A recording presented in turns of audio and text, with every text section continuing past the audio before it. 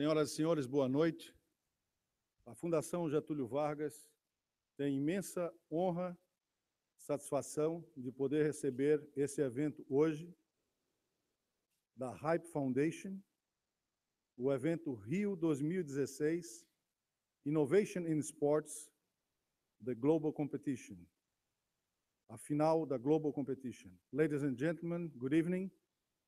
Fundação Getúlio Vargas is proud and honored to welcome this event this evening, Rio 2016, Innovation in Sports, Global Competition.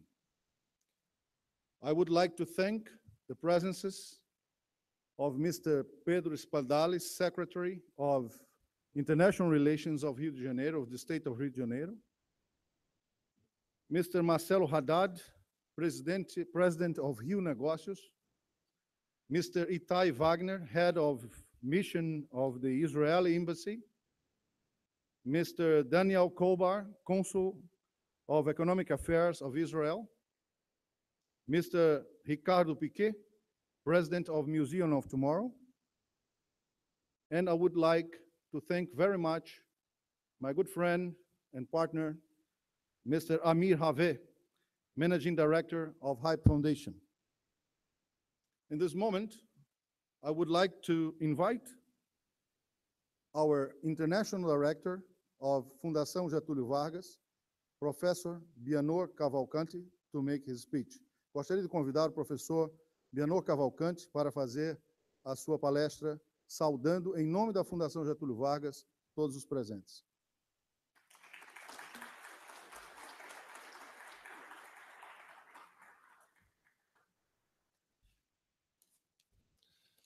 Don't be afraid, it's not a palestra. Just a few words. And first of all, good evening. Very good evening for all of us and for our successful worldwide finalists of the Global Sports Innovation Competition, Rio 2016. The very reason of our gathering here, distinct jury, members, and all the people present here that comes to stay with us, and also our organizers and promoters that are here with us, and Amir Haved. And I am very honored and pleased to open this session in the name of our FGV President, Carlos Ivan Simonsen Leal, and welcome you to our home. We are a home of transmitting and producing knowledge, skills, attitudes, and behaviors. But overall, we are a house of values. The values of efficiency, the value of effectiveness, excellence, and public interest to push Brazilian development inserted in worldwide parameters and international interest. Since our very first moment of existence, our commitment to innovation was relentless and consciously renewed during our 72 years of contribution to our society. One of our main lines of theoretical and applied productive research is the management of innovation on its concepts, metrics, and Brazilian experience in many industrial sectors. We also have good worship in the field of sports, from the public policy, business, and social inclusion points of view. So, to conclude, we must confess we are excited, very excited with this initiative. We want to more, much more. The connections of sports with innovation certainly provides very significant impacts for our economies and societies at large. This sense, I declare open this session, and let's have our rich evening with uh, the finalists. Thank you very much.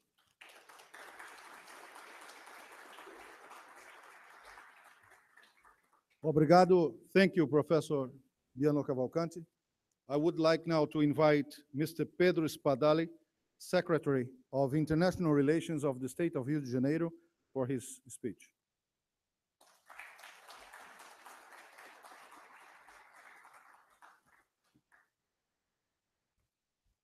Thank you. Good evening, everyone. One of the things that I like the most of being here with you, great pleasure, is to get rid of the tie, because we public servants, we love to use ties every day. So when I saw that I was one of the few using ties here, and I said, that's so good. I should try to run a startup as well, and have a more relaxed life as you do. So would like to thank a lot for this invitation. I'd like to greet initially Daniel Kober from Israel Trade and Investment Agency, Itai from Israeli Embassy in Brasilia. I'd like to salute my partner and friend, Marcelo Haddad, president of Rio Business Agency of the City Hall of Rio, Luis Carlos Carvalho, my colleague at the International Relations Department of Rio. And I'd like to greet especially the Hype Foundation for choosing Rio, for doing this event here in such a great timing, not only because it's just after the most important sports events in the world, the Olympics, but also for choosing Rio. Uh, First, we know that sports now is not only decided by the effort and the training of athletes, but also we know that technology has a great importance on the performance of athletes. So every medal that we saw during these last 2 weeks, there is a great part of the work of people like you, which are helping the athletes to accomplish these performances. So maybe some of you in the next years will have a part of the medals that will come in the next editions of the games. But I would like to say that Rio is not only a place of sports, as you could see, such a beautiful place, such a beautiful setting for practicing sports, but also Rio is a place that where innovation is present in several sectors. We have now co-working spaces spread all over the city and spreading even more. We have some very important programs in Rio for innovation for startups. We have a program called Startup Rio, which had already two calls for projects. We have 60 companies being supported by this program. We'll have very soon two other calls for biotech and nanotechnology specifically. So it's a place where we can combine business, we can combine innovation with this relaxed way of life, and with sports being practiced by everyone. So please feel free to come back. Feel free to do business, to find partners, to find investors. Rio is also a place where we have lots of investors and wealth management funds here. So it's a very fertile environment for you to be here. So this is your home. I just wanted to say welcome to you and think Rio as your place to have to do business, to find partners, to find investors, and to also enjoy a little bit. So welcome and congratulations for the event. Thank you.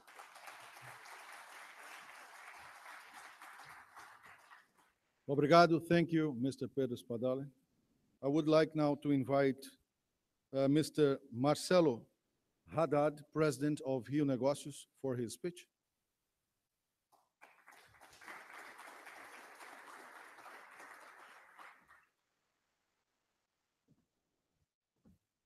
Thank you, George. I will be very brief because at the end we came here to watch the competitors, and that's why we're thrilled to be here. Well, thank you very much. Congratulations, Amir. Congratulations, Daniel, for this promotion. Absolutely timely. The city of Rio is, yes, is definitely a very, very hot place to promote. And when I see and I was watching the companies outside, most of them needs, or all of them needs, actually, two things. Number one is they need to promote their business, their ideas. I think the city of Rio is one of the spots, one of the hottest places in the globe to be a platform to promote ideas like this. So definitely we encourage to have such events like this all year round. Brazil has a huge population. The city of Rio has a completely outdoor life, which is absolutely in line with what the sports we are seeing outside here. So definitely I encourage you guys to continue to use Rio as one of the platforms for events like this. That's the number one message. The second message, and that's a message with no answer so far. I think we have to think, and that's the second need for all of you guys here, how to fund my business. And that's a very tricky question because at the end, we have here a company, a hype with a competition, will grant you some money to start your business. But at the end, we have to think on a large scale how to sustain efforts and events to raise money to bring such innovations like this. I don't think we have to have this is only real or only Brazilian innovators. We have to have Brazilian innovators, certainly, as well as the example we have in Australia. I've been with a lot of Australian companies. They are working so much on innovation, wearables, and all the stuff, which is absolutely aligned with a new trends on our lives to wear all our devices in our body.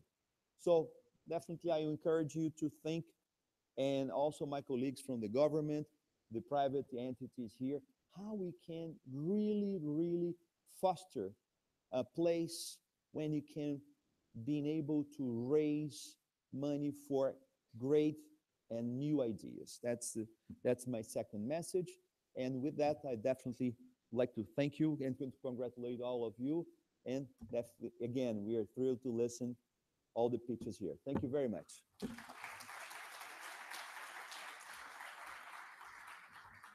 Obrigado. Thank you, Mr. Marcelo Haddad. I would like to invite now Mr. Itai Wagner, Head of Mission of the Israeli Embassy here in Brazil, for his speech.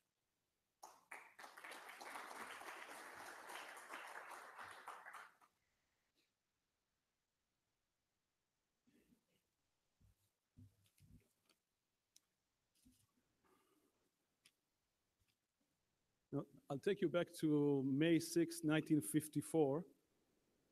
And, for nearly a decade, more than a decade, people were trying to break the 4-minute barrier in the mile run. And then came, Roger Bannister. Now, he started his day in London trying his new shoes. He took the train of 2 o'clock from London to Oxford, and by 4 o'clock it was in Oxford. He began his run by 6 o'clock, and he broke the record. His new record was 3 minutes, I think, 3 minutes 59, only by a second. But he broke more than a record. He broke a mental barrier that was there for a decade. It took only 46 days for his competitor, I think it was a Finnish guy by the name of Linden, to break Bannister's record. Take a full year later on, more than 20 people broke the same record. I think the message is clear, it's always like this. You need only one guy or one team to break any barrier, any record, to take the risk, and then the rest will follow. And I think that's the essence of all of the people that I met this day, all of the companies that I saw on the outside. So you have the courage, you have the idea. So just go out there and try. And I'm very confident that success will be with you. By the way, the current record is 3:43, and it's still at this time since 1999. So again, there is a barrier which is waiting for someone to break it. On behalf of the State of Israel and on behalf of my government, we are very proud to co-sponsor this event. I really want to thank the Hype Foundation, NFGV, and all of the rest respected colleagues that I met today from the government of Rio and from the city of Rio for this tremendous opportunity and for this wonderful idea. And later on, my colleague Daniel will speak about a little about Israel as a startup nation. But I think that all of us have many things to be proud of. I think in our case, and there are people here with much greater experience in tech and in business than me, but I think that what works for us is, they said that necessity is the mother of all inventions. And the other things that work in Israel is that we really are what we call sometimes relentless triers. We keep trying. And, as a friendly advice, just try. Success will be yours. Good luck for everyone, and thanks a lot.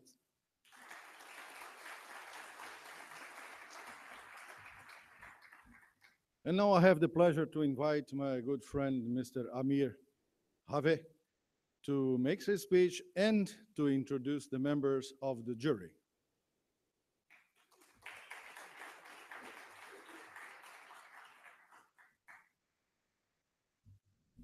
Hi, good evening. Thank you all for coming today. We're going to have lots of fun today from all aspects. So be ready to see an amazing startups.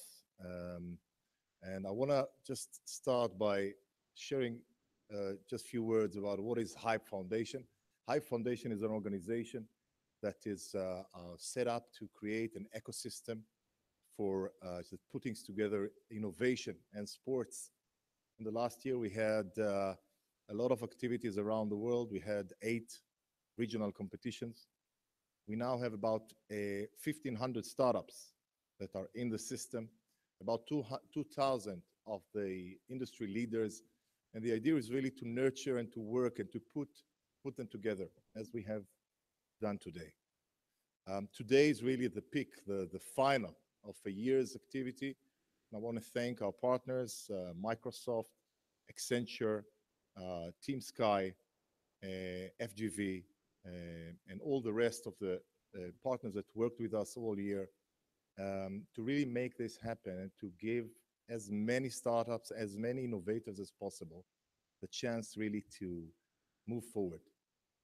Where, there are a lot of innovation happening in all walks of life.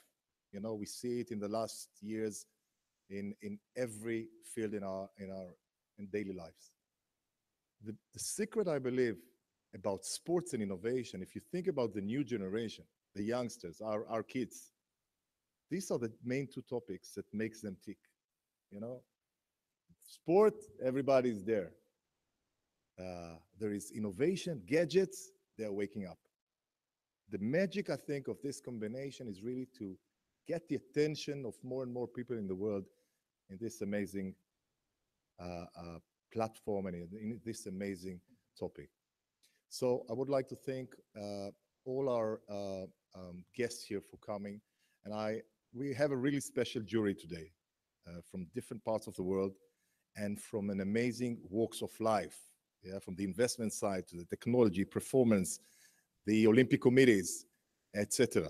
So I would like, if it's okay, to ask each one of our honorable jury to come to the stage just to introduce yourself to the crowd. We also have, this is not only for the people here, we have this is being broadcast now on YouTube live in 2 major platforms. So there is it's not only us here.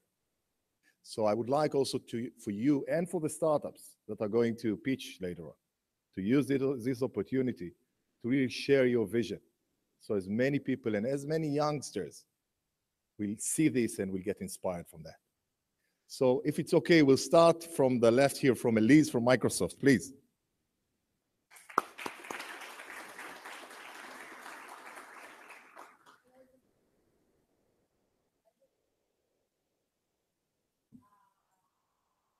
Elise, sorry. For the television, if you can just come here, we can see it here. Yeah. I was just training.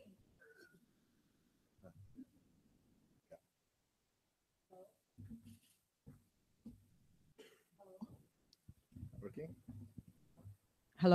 Hello, now it's working. I was just training, as I mentioned to you, so now let's start again. 3, 2, 1.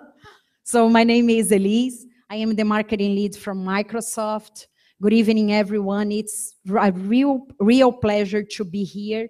I'm pretty excited to see the innovation and the ideas that the startups are going to present to us today. So thank you so much.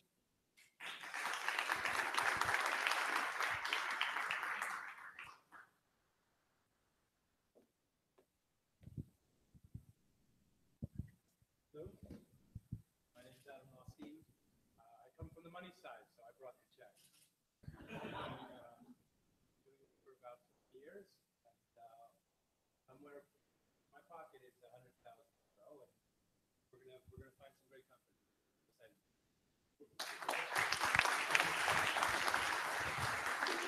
Hello, my name's Simon Jones. I'm from Team Sky. Team Sky built its success on innovation, and that's really why I'm here, and I'm looking forward to hearing the pitches, and just like to say good luck to everybody. Thank you.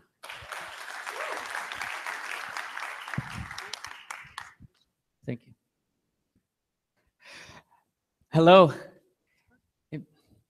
How are you doing? I'm Monir Zak. I lead technology and innovation for the U.S. Olympic Committee. So I know you saw what Team USA did this time. We got 121 medals, and trust me, these 121 medals, and that's quite a big number, is not possible just by coaching and training. Now, thanks to you guys, thanks to people who were in your shoes 3-4 years ago, we were able to establish very good relationships with such companies who bring the new elements into sports. So I'm very, very eager to learn from you. How are we going to increase those 121 4 years from today? Good luck.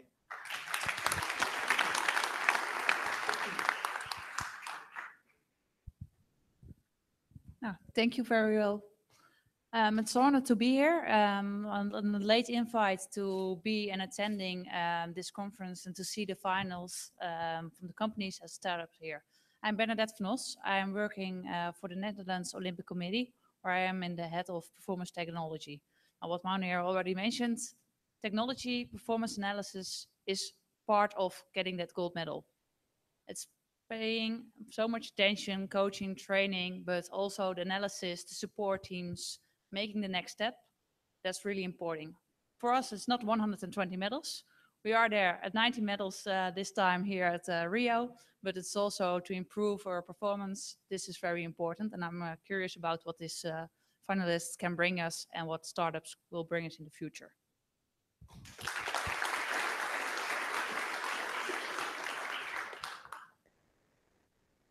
Hello, everyone. I hope you are excited as we are as an Accenture to be part of this event. So we would like, first of all, to congrats the hype event to make it happen.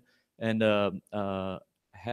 and also would like to congratulate everyone, every finalist to be here in Rio de Janeiro.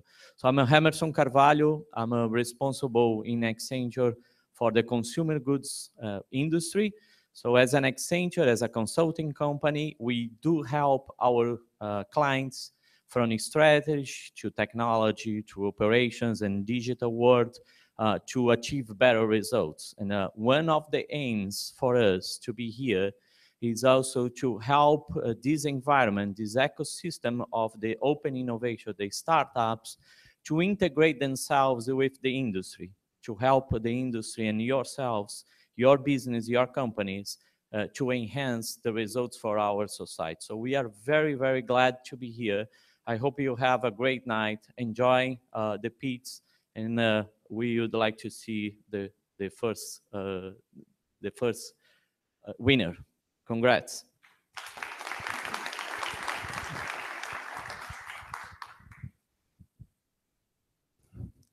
Thank you, Amir. Thank you, the university, professor, the government, everyone that making this happen. It's a great event. And thanks for all of you coming here to see us tonight.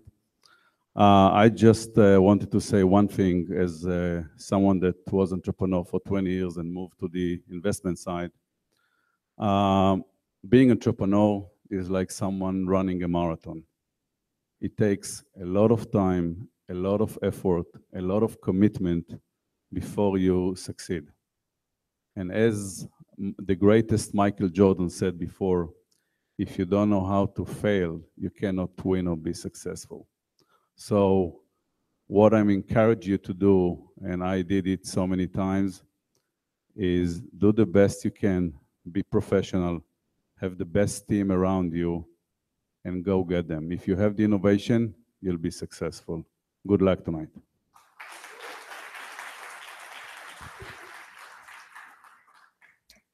Okay, if I may just introduce you, Tal Bar-Noach is a partner of Adam of Disruptive Fund that is giving the prize today.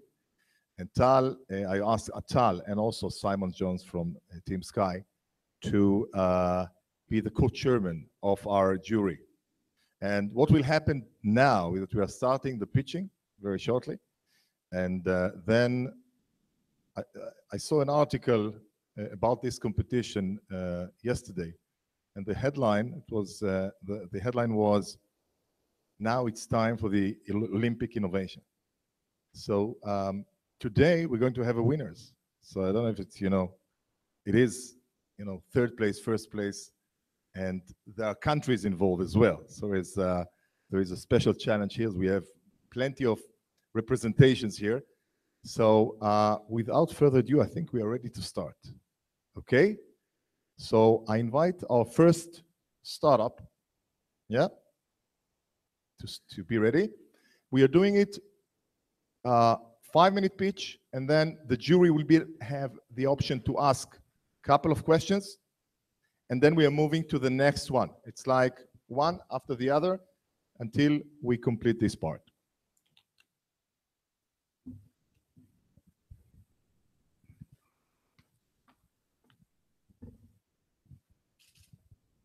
Hello, everyone. Boa noite. Let's see if they start there. Okay, boa noite. Sports have been dominated by the best players, by the best coaches, the smartest managers. But as they mentioned before, something is changing. There are new players on the court. Let me introduce you MBN 23.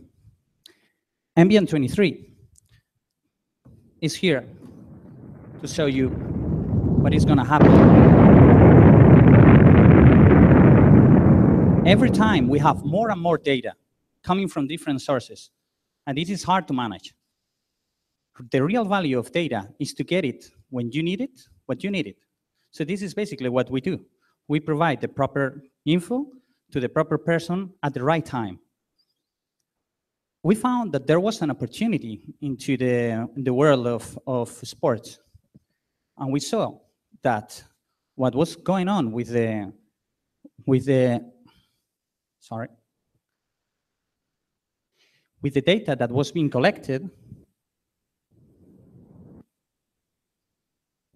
sorry about that.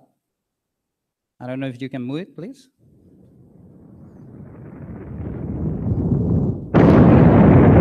Again, another explosion of data.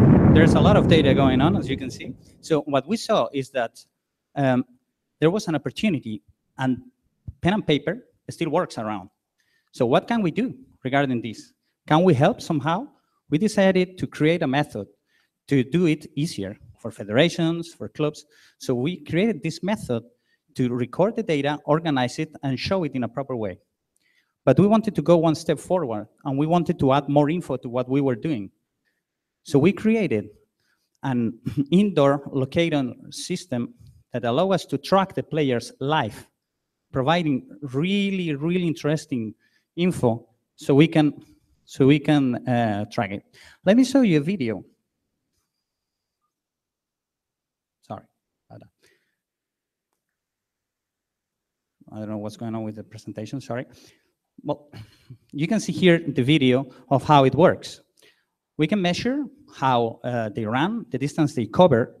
We can also see the speed, and we can see it all live. What does it mean to have all this info live? We can give it to the coaches, we can give it to the public, we can give it to the fans, so we can at last help the teams win, but win the game they're playing now. So why do we do that? Because if we're able to improve the performance of the players by making them avoid injuries, by helping the coach to choose the proper player to defend another player in the right moment, we can improve also the experience of the users. And if we do that, and if we make a little kid feel like Michael Jordan because his results are being shown like Michael Jordan, we will have more fun. And more fun means more people playing. More people playing means more people watching. And more people watching means more revenues. More revenues for the teams, more revenues for the sponsors, because they will have more people going there, and they will be able to use this marketplace we're creating to monetize. And also more revenue for us, because we're here to change the world, but money is important also. But we don't forget about one thing. Providing the data in real time helps to win games. And this is something really important in sports. This is the way that you can see that we can give the different info to the different people at any time. I could talk about my team. I could tell you that they're incredible guys. They come from Facebook, they come from Cisco, and they quit their jobs. They took their tithes off, and they launched them because they wanted to change the world. But let's see what our customers think about us. You can see that either from different sides of the sport, they see all the potential and the value of what we do. We have been working with incredible teams like Real Madrid, with the champion of NCAA, but also we are working with the lower teams. But we have to announce that next month, we're gonna move into the States, and we're gonna start with the first top NBA team that are gonna be using our technology. So what's next? What's the future? Can you imagine if we would be able to change the people's life? Is it possible that a company that just do math could help the society? Imagine that we are even able to save a life. The next product we're launching in the future is going to be saving lives because it's an anti-drowning system. And this product and this future starts next week. Thank you very much.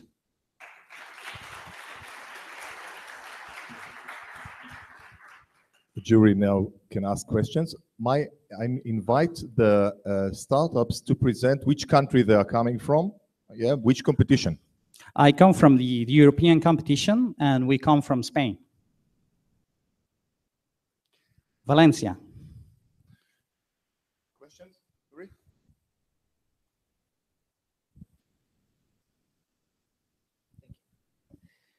So just to help me understand one thing. Are you developing the software platform or are you developing the hardware? And is it mandatory to have the hardware so that the software works? And where do the players put the sensor on? Okay, we do develop the software, and the hardware is only necessary when we want to do the tracking. And this is just a part of what we do. This is the tag that they have to wear. It's a 9-gram tag, and they can put it in the shoe, or they can put it here in the pants.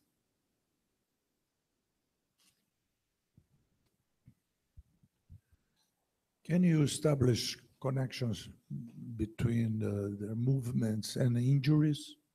Of course. One of our major clients is Real Madrid, and we are working with the physical trainers because since we are able to track what a player is doing, we can measure if they are doing over efforts. We count the number of jumps. We can tell how many times we went in a specific speed. So we can use all this data working with them. And actually, we're working with 4 professional teams in Spain to be able to generate all these algorithms that in the future are going to tell us, hey, stop, this guy is about to have an injury, or this guy should train this way. Now it's early, and as you saw, it's the boom of all this data, but it's the future we're facing, and that's what we're working on with the best professionals. I have one more question. Last one, please. Yeah. Regarding the tracking system, there are several tracking products on the markets. And can you describe me or tell me why do we need to go for this system compared to the other tracking systems that are on the market already? Okay, first difference, and it's very important, is because players want to wear it. When we talked to Real Madrid, they told us that they tried different systems before, and they had a problem. Players didn't want to wear it because it was too heavy.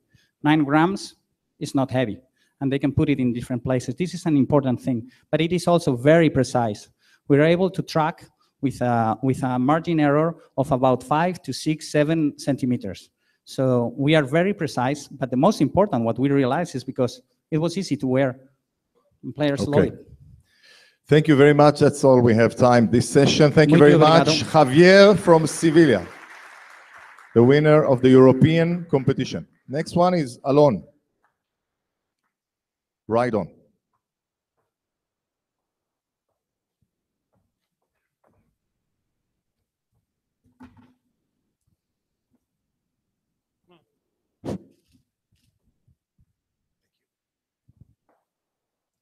Ride-On is all about augmented reality for outdoor sports and activities.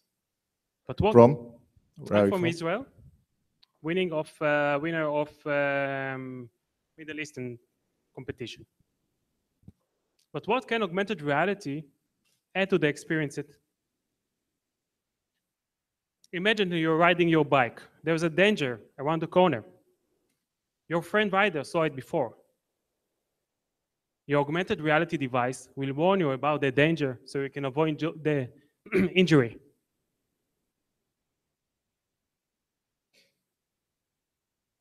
Your friend Thomas told you he finished number 8 black in 2 minutes and 32 seconds. Let's beat that time. Imagine you're now in a yacht race. You want to know where your competitor is. There she is, highlighted in the distance. Now you're skydiving. It is your 100th dive. You want to add some experience, so you want to add some excitement.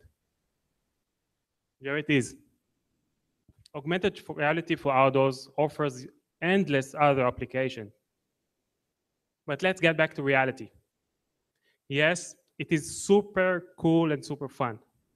Yes, we are about huge investments in augmented reality from companies like Microsoft, Google, and Facebook.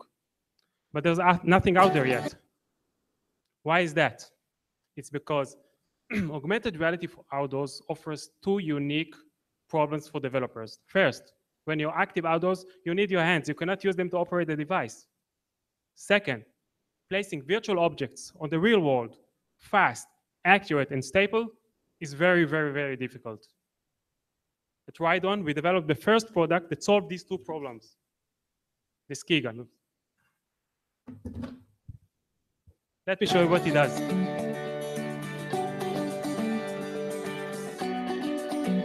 Real view from inside the goggles.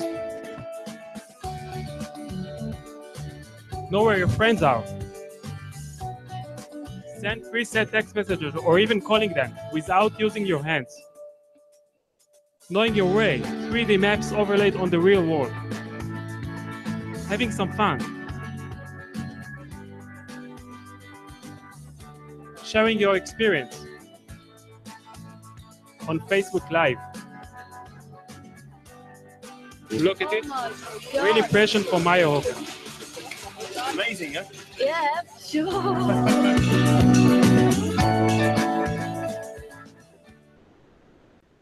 We took regular off-the-shelf components you can find in any cell phone. We added our technology. We added augmented reality algorithms and put together one product that actually you can use outdoors and have some fun. The first one. Where's the market?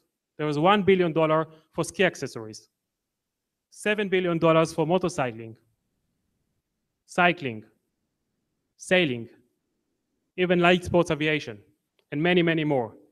On the other hand, augmented reality. Market forecast for 2020 is $120 billion.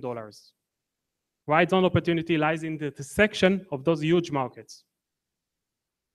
2014, we established Ride-on. We already skied with our first prototype. 2015 was for crowdfunding and development. In 2016, we are scaling up. Our work paid off. We got great media attention from sports, business, and technology media. We got 2.5 million views in few days only for our video. Along the way, we got some prizes also. We are all outdoor sports enthusiasts. We are all from the Israeli Air Force. We use augmented reality since the 1990s. We are also developing augmented reality products over a decade. On our on our advisor board, you can find top experts from business, technology, and sports.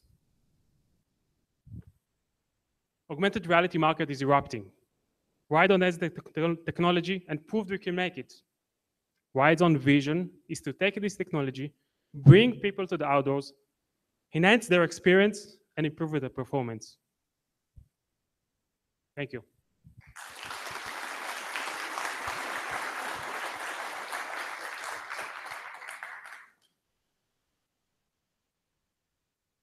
Yeah.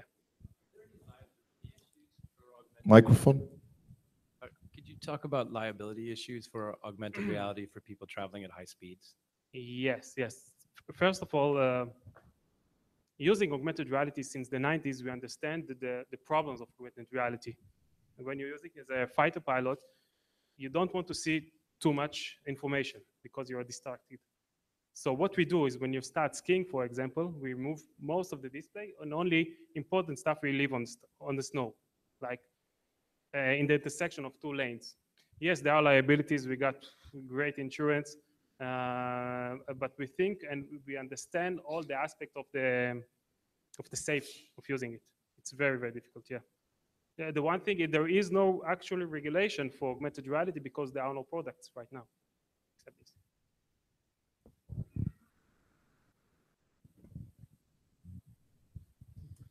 So what is the commercial model? How you gonna get some money from there? Is it going from the consumer itself?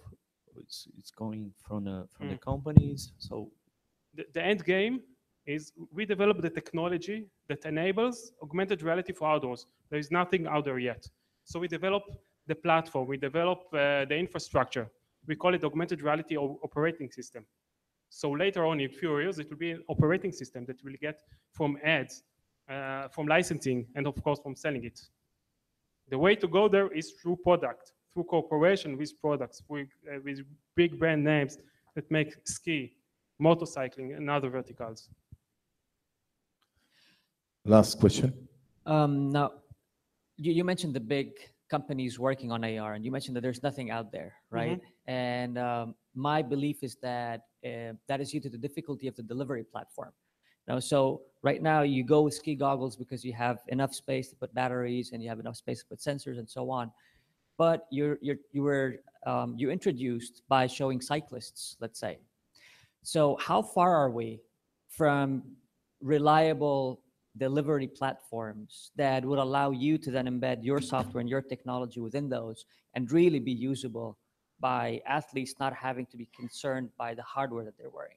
Yeah, that's cool because this is why we started with skiing. We search for a place where you put something on your head anyhow, and you put and you don't feel strange because you're not walking on the street with Google Glass. Because how far we are not into hardware. Yes, we hear about companies like Magic Leap, Lumos from Israel, and other Vuzix from the US. It's getting smaller and smaller. On my first, I worked for the defense industry. My first product that I used for augmented reality using Lumos was much bigger than that. So it's getting smaller.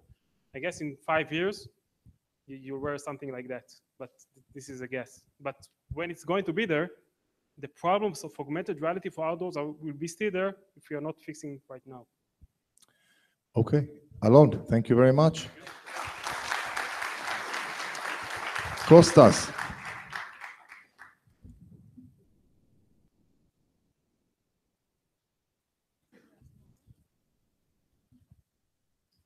If you can introduce yourself, where are you coming from? Hello, I am Konstantinos Poulas. I'm coming from Rio, but not the Rio de Janeiro, but Rio Patras from Greece. And I'm here to present our new startup, which is called Sports Electroceuticals. And this is a new startup dedicated to faster athletic recovery. So, what is electroceuticals? Electroceuticals is a neologism that refers to the use of microcurrents to improve the health and well-being. It offers fast recovery from injuries and improves athletic performance. Sports electroceuticals is using microcurrents to improve the healing process for sports injuries. Our idea is based on a new technology, which is called wireless microcurrent stimulation. This technology is using atmospheric air, the air molecules, in order to ionize and spray these molecules on the human body without touching the human body, wirelessly. And as these molecules are coming to the body, the electrons are traveling within the human body and create the microcurrent. In our technology, the microcurrent is 1.5 to 4 microamperes, which is very low, but this is proved to be the necessary current in order to have the healing.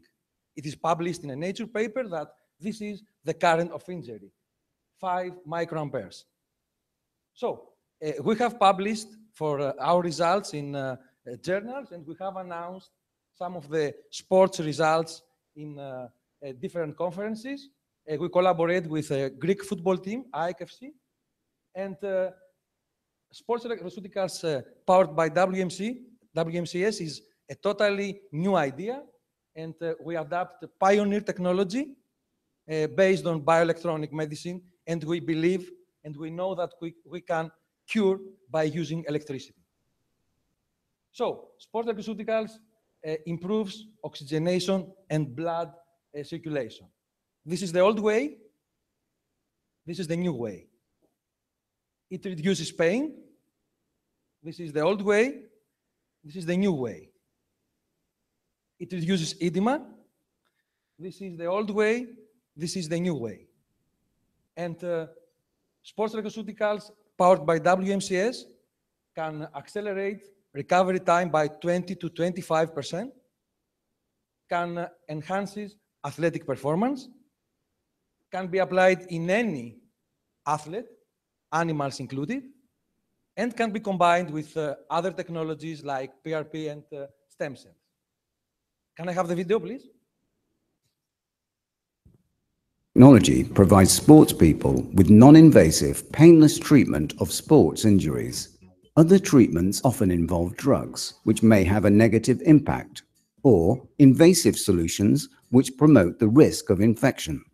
Specifically, WMCS can prove to be beneficial to a very wide range of sports injuries. Our emphasis is on providing availability of this device. Our business model is committed to creating availability of the device in the sports market, the ownership of which remains with Sports Electroceuticals. The business model is globally scalable and a sustainable global business approach has been established. Our team comprises of John Wetling, Game Creator, Konstantinos Poulas, Game Research Team Leader, Matthias Rudolph, Game Captain, Timothy Keane, Game Strategist, Carsten Seamark, Game Technologist, Alcibiades Kaliakmanis, Game Medico. So we're here. WMCS, your passport to sports wellness. International team. Thank you for your attention.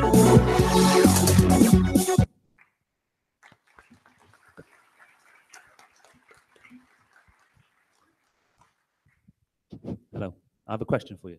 There's a number of these devices or similar devices on the market which claim similar things that you claim around blood flow and recovery. And you mentioned one paper and the other, and I would say like the jury is out once on these other sort of tools and things. How confident you are that this will actually do what you said it would do? Okay, there are many devices that can say that offer faster healing, but this technology is unique because we can do it wirelessly, contactlessly, not touching the human body. And the kind of electricity is unique because it is not only superficial, but it can be enter the human body. So we can not only use it for, let's say, a kind of wound, but we can use it for internal traumas in the human body. Muscle injuries, tendon injuries, and a lot more. We don't know exactly if we can deliver all what we say, but we know that for what we have used it, we have good results and published and announced. Could you just spend a minute on the core technology? Could you spend a minute on the core technology? Are you adapting the machine that someone else has a patent or ownership to? No, it is the IPs are owned by this team. By this team? Yeah, by this startup. We are using an IPs which are belonging to us. So since you were talking that it's a unique technology, do you have an idea about cost and how feasible it's going to be for the market to buy it? Okay, if we work, because we would like to deliver a specific athletic device, not the one that we can deliver, it is very simple to just redesign and to deliver it. It may take 6 months. So in 6 months, you're going to have a product out in the market? Yeah. And what's your go-to-market strategy? Okay, we would like to collaborate initially with more top athletic teams, but the entrance in the market will be by, let's say, leasing the device or technology to the sports club. Okay, thank you very much, Kostas. William.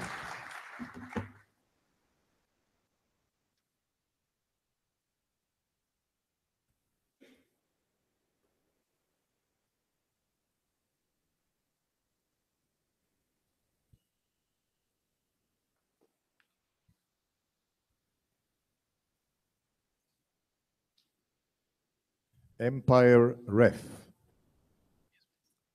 You can introduce yourself, where you're coming from.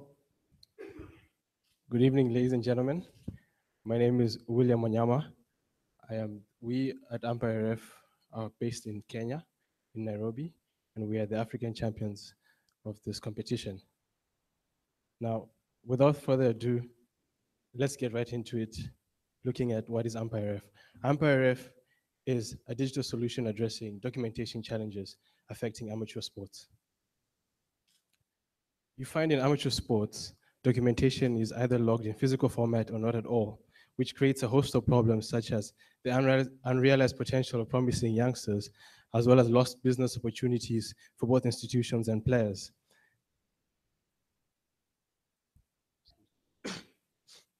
This also has a side effect of poor management of amateur sports events. The impact of these challenges is far greater in sports involving women. And at Umpire Ref, we provide a platform that helps us address these issues. Our platform consists of a digital solution using mobile technology, which is the most accessible technological platform in the African market, with over 400 million mobile users and a 75% penetration rate of smartphones by the year 2020. Umpire Ref captures and automates event data, allowing us to build a pool database of amateur athletes. We do this using a two-tier system consisting of a mobile application to be used by officials to log and track live game stats. This is then pushed to our web platform, which is used by management and coaches to help set up and organize events and prevent things such as age cheating. Our customers are split into the following categories. We've got a core market of sport participants, event organizers, and scouts, and a peripheral market of spectators. We'll be launching first in the Kenyan market, where we'll be targeting universities and high schools by entering into partnership deals at the government level with the Ministry of Education. Our first addressable market is the other universities in Kenya. After that, we'll aim to reach out into the East African market before spreading to capture the universities throughout the continent. Our strategies to reach our market involves forming key partnerships at the government level with the Ministry of Education to lock out all tertiary and secondary school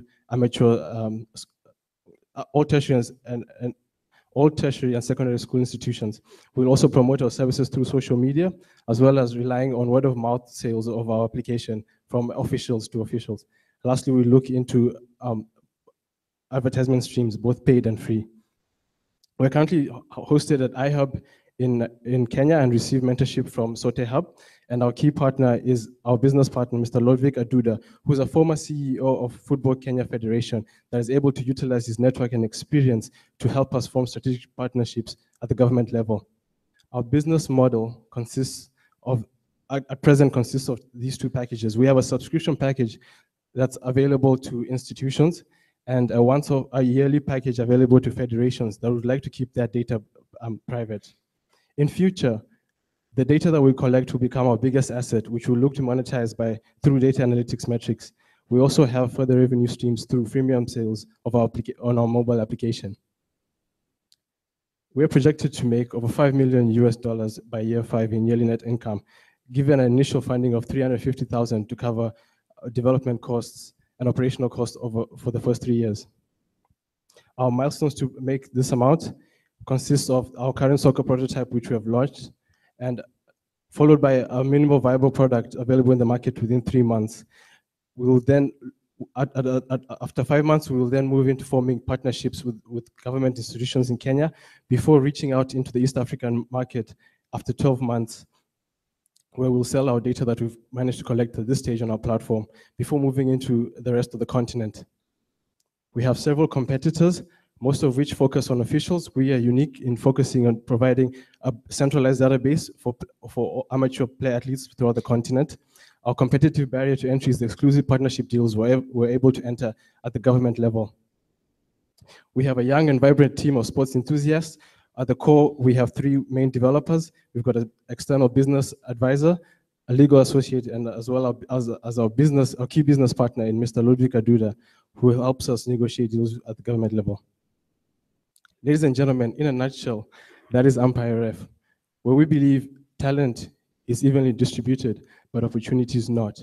And we hope you can join us in this journey to help aspiring, talented individuals help reach their goals in turning professionals. Thank you.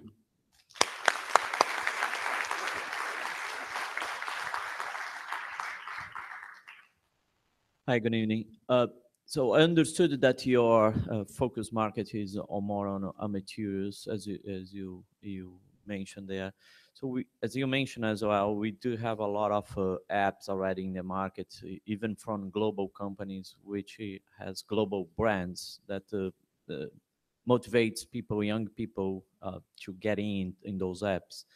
So what is the real differentiation from your application that can motivate those amateurs to get into and also pay the subscription that you're mentioning? I'll give you a personal story that helped give birth to this idea. As an amateur athlete in my high school days, I won several accolades with my team, but unfortunately, I didn't have the way the documentation is captured. We didn't have a centralized system that anyone could tap into, including recruiters, to find promising talent to tap into and recruit. I think this is our main selling point. We are building a centralized database that anyone can look into and discover talent that's available at grassroots level. At current, it's very difficult because most of it is logged on paper format, especially in developing regions. The initiative for players is to know that by participating in our system, they are exposing their talent to thousands of recruiters worldwide. I understand the problem that exists in Africa, East Africa, and the continent. How big is the problem, or what is the solution in the Western world, in the US and other countries where they have tracking system which is much better? It also depends on the type of sport that you're looking into. In general, in the developing regions, a lot of this data is captured on physical format. But in the more developing regions, there's an easier process to get this data digitalized. However, it's still difficult to know exactly where this data is logged, in which systems, and we are trying to provide one go-to system that's available, because by partnering up at the government level, we lock out a whole country to know that this is the platform where all your individual talents are available. And that's one way of reaching out into the Western market, where you might have small devices that offer the same service, but by having one pool database that everyone can reach into, sort of builds a brand that everyone can follow and identify and use easily. Okay. Before we say goodbye to William, I just want to say that we had a really special competition in Africa, in Kenya, Nairobi. And I think what William represents is a growing tendency now in Africa to get into innovation and startups. And I would like to, and I think this is inspiration for many people, okay, from the young generation where you're coming from. And thank you very much for coming today. Thank you. Halo. Brett.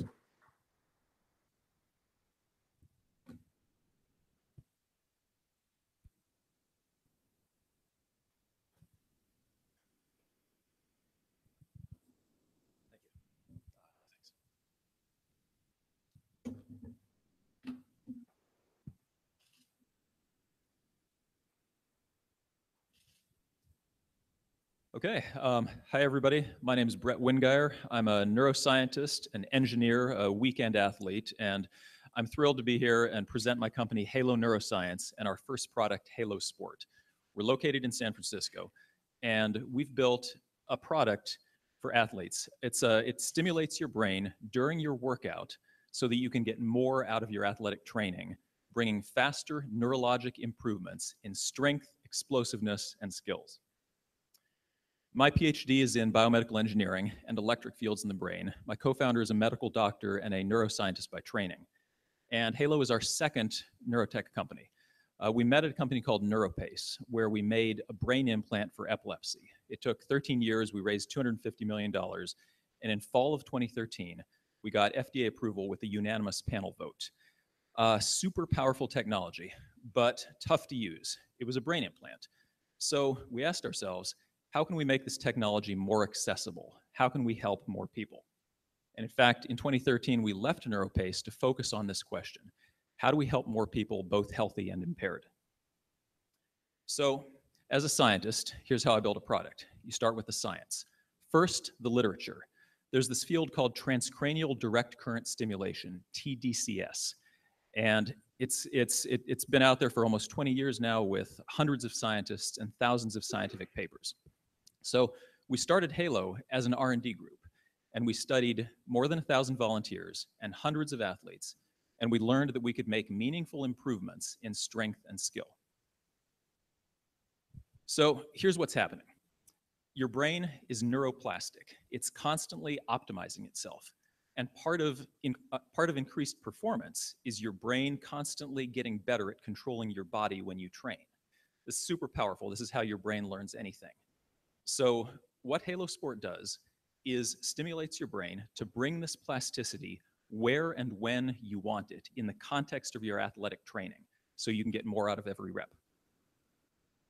So we worked with Michael Johnson, the 4-time Olympic sprinter, to train college athletes. These are athletes who have they've already spent countless thousands of hours in the gym.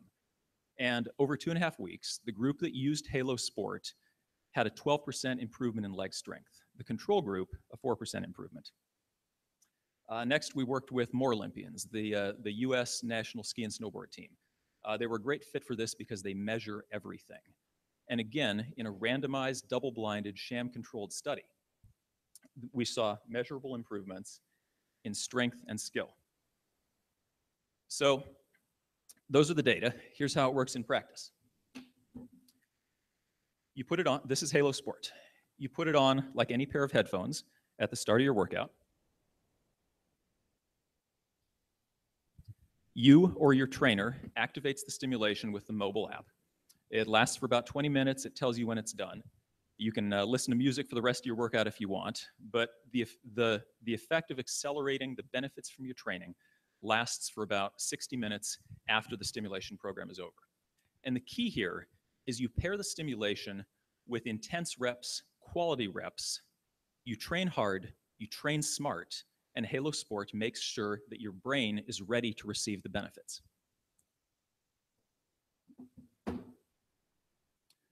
So it's a great product. It's also the foundation of a great business. There's a lot of proprietary technology that's gone into bringing this from the lab to the field and the gym.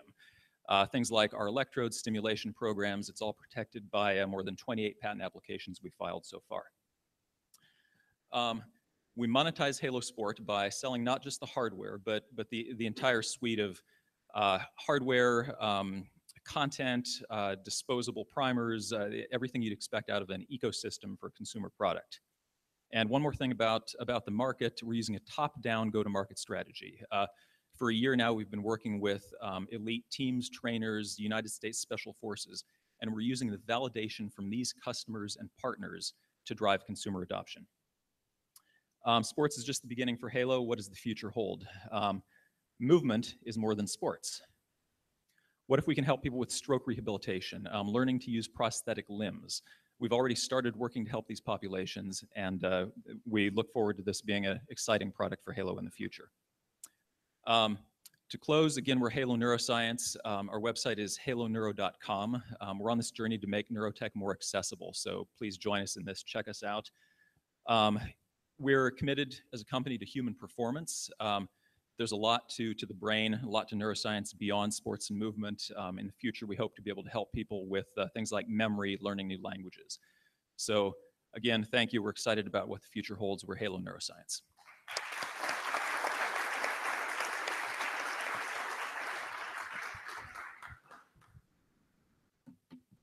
Hi there. Has your research been reproduced in sort of external peer-reviewed journals? Yeah, absolutely. There's a wide body of research. Multiple groups in multiple papers have reproduced the fact that you can increase plasticity and improve the pace and the outcome of motor skills learning and muscular output with this technology. I meant to say in performance. They reproduce your performance data. So we are the first to take this to real world use in athletes, but and our data our data will be published in a peer reviewed journal. It's in submission now. Other groups have reproduced the effects on muscular strength and learning. What's the total cost of production for your hardware? So we're not releasing publicly the total cost of production, but the selling price for the unit is $750, and the cost of production is consistent with building a good business around that. And so, as a consumer, what's the total cost of ownership for a year? So $750 gets you through the door with the starter kit. Over the course of a year, you might replace the disposable primers once, and that's a $50 purchase. And you're at those margins now for a good business, or you need greater volume? What sort of volume do you need for those margins? What volume do you need to make the margins you're talking about? Right. So right now, like many companies are, we're building units in mass production in lots of several thousand at a time, and that's that's sufficient to have good margins to build a business around. How much money you raised so far? So we closed our Series A last year. Our total raised is 9 million so far. 9 million. From US venture capital? Yes, from US venture companies. Andreessen Horowitz, Softtech, and Lux Capital led our Series A. Okay, thank you. Okay, thank you very much. Halo.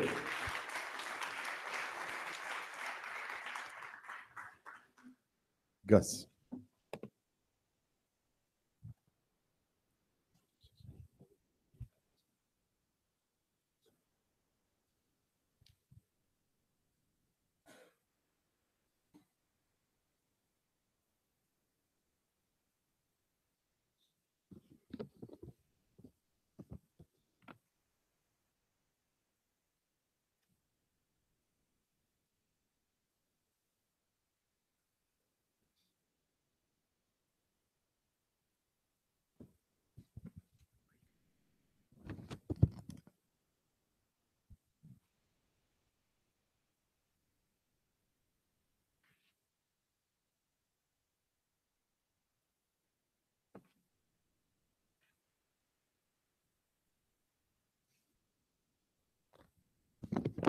Running efficiently is the secret weapon of fast runners. Over 50 years, efficiency couldn't be measured outside the laboratory. Stride, the world's first wearable power meter technology, is born to empower runners to be more efficient, be faster. Stride measures every key aspect of running: performance, technique, muscle strength and condition, as well as the external running environment. Stride encapsulates these into a single number: power, the most direct measure of running efficiency. Stride is light and tough, accompanying you through every run in every type of weather, terrain, and road condition. It recharges wirelessly. Each charge can handle hundreds of miles.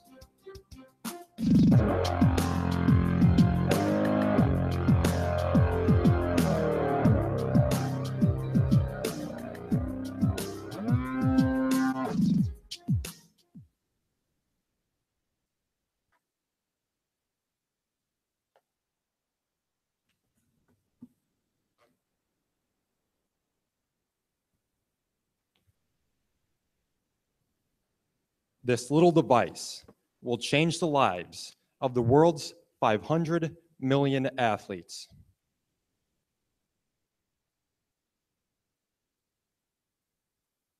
Stride quantifies the holy grail of sports: power. Power is the single number behind the three critical elements of training: intensity, technique, and nutrition. Power measures intensity. Knowing how hard you're working is crucial to improving performance. Power measures technique. Improve your technique, and you're more efficient. Power measures nutrition, so you can eat the right amount to maintain your performance. Power is already used in the world of cycling.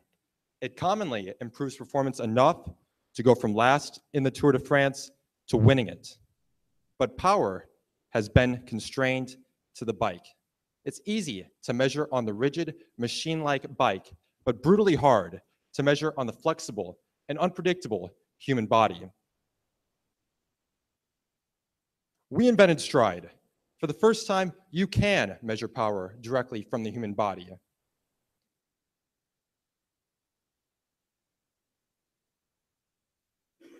We give real-time coaching on sports watches and smartphones. And then Stride Intelligence analyzes your data, and it gives you a training plan. It's like having your own coach that knows each and every one of your needs. Overall, Stride is the complete training solution. A year ago, we launched our Kickstarter. Our goal was to engage 1,000 backers, and we did so in just 10 days. These 1,000 runners make up the core of the Stride community. They span over 50 countries and regions worldwide. Last fall, we launched our Stride e-commerce platform to sell into the US market. Meanwhile, we established global distribution and retail channels targeting active running communities and specialty run stores. And at a retail price of $199, we make a high profit margin while still leaving room for retailers and distributors. When we take power from the bike to human body, we move from 50 million cyclists to 500 million athletes. First, we start with the runners, specifically the triathletes. They have power for their bike, and now they want it for running. Next, the racers and enthusiasts, and then the rest of the runners. Now, think of all the other sports that run. They will be Stride customers too. How did we get so much done so quickly? We bring together a group of passionate runners with world-class knowledge in embedded sensing and sports marketing. Our advisors include three-time Ironman world champion, Craig Alexander, and Olympic running and triathlon coach, Bobby McGee, whose athletes have won Olympic gold. Stride is here to bring power to the world's 500 million athletes. If you want to be part of the revolution, join us. I have one more thing. Stride collaborated with the US Olympic team to bring power to the athletes here in Rio. Here's a triathlete racing with Stride just 1 week ago. We are collecting their data and telling their stories. We invite you to see these world-class performances come to life. Thank you.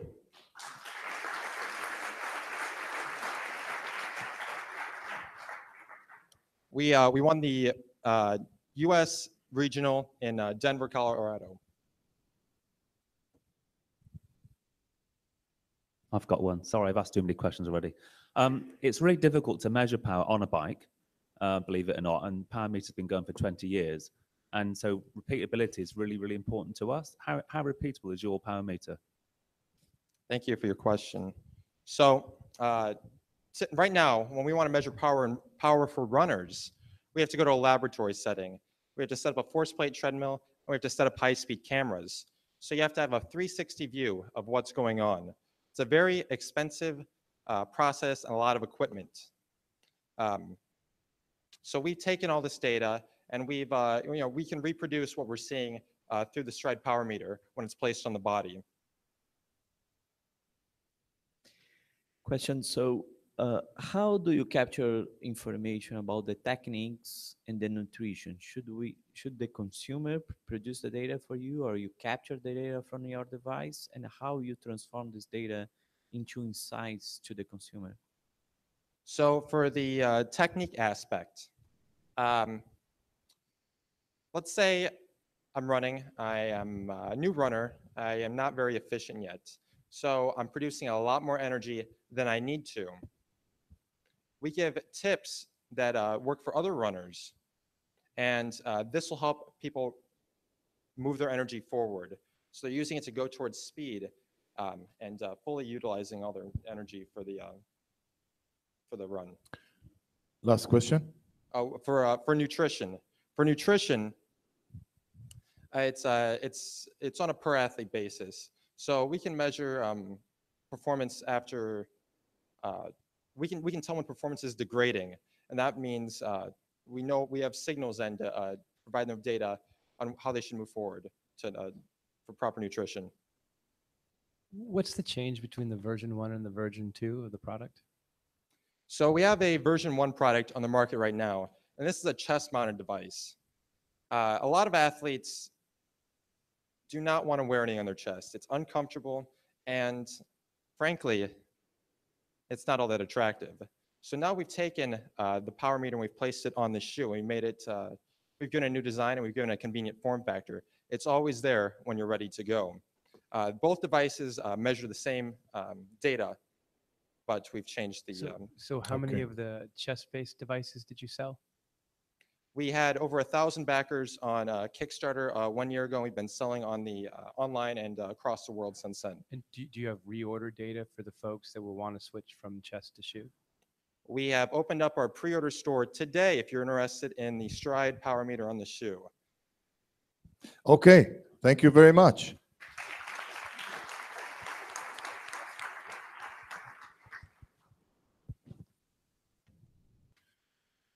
Paul. I'm Paul from Team GB.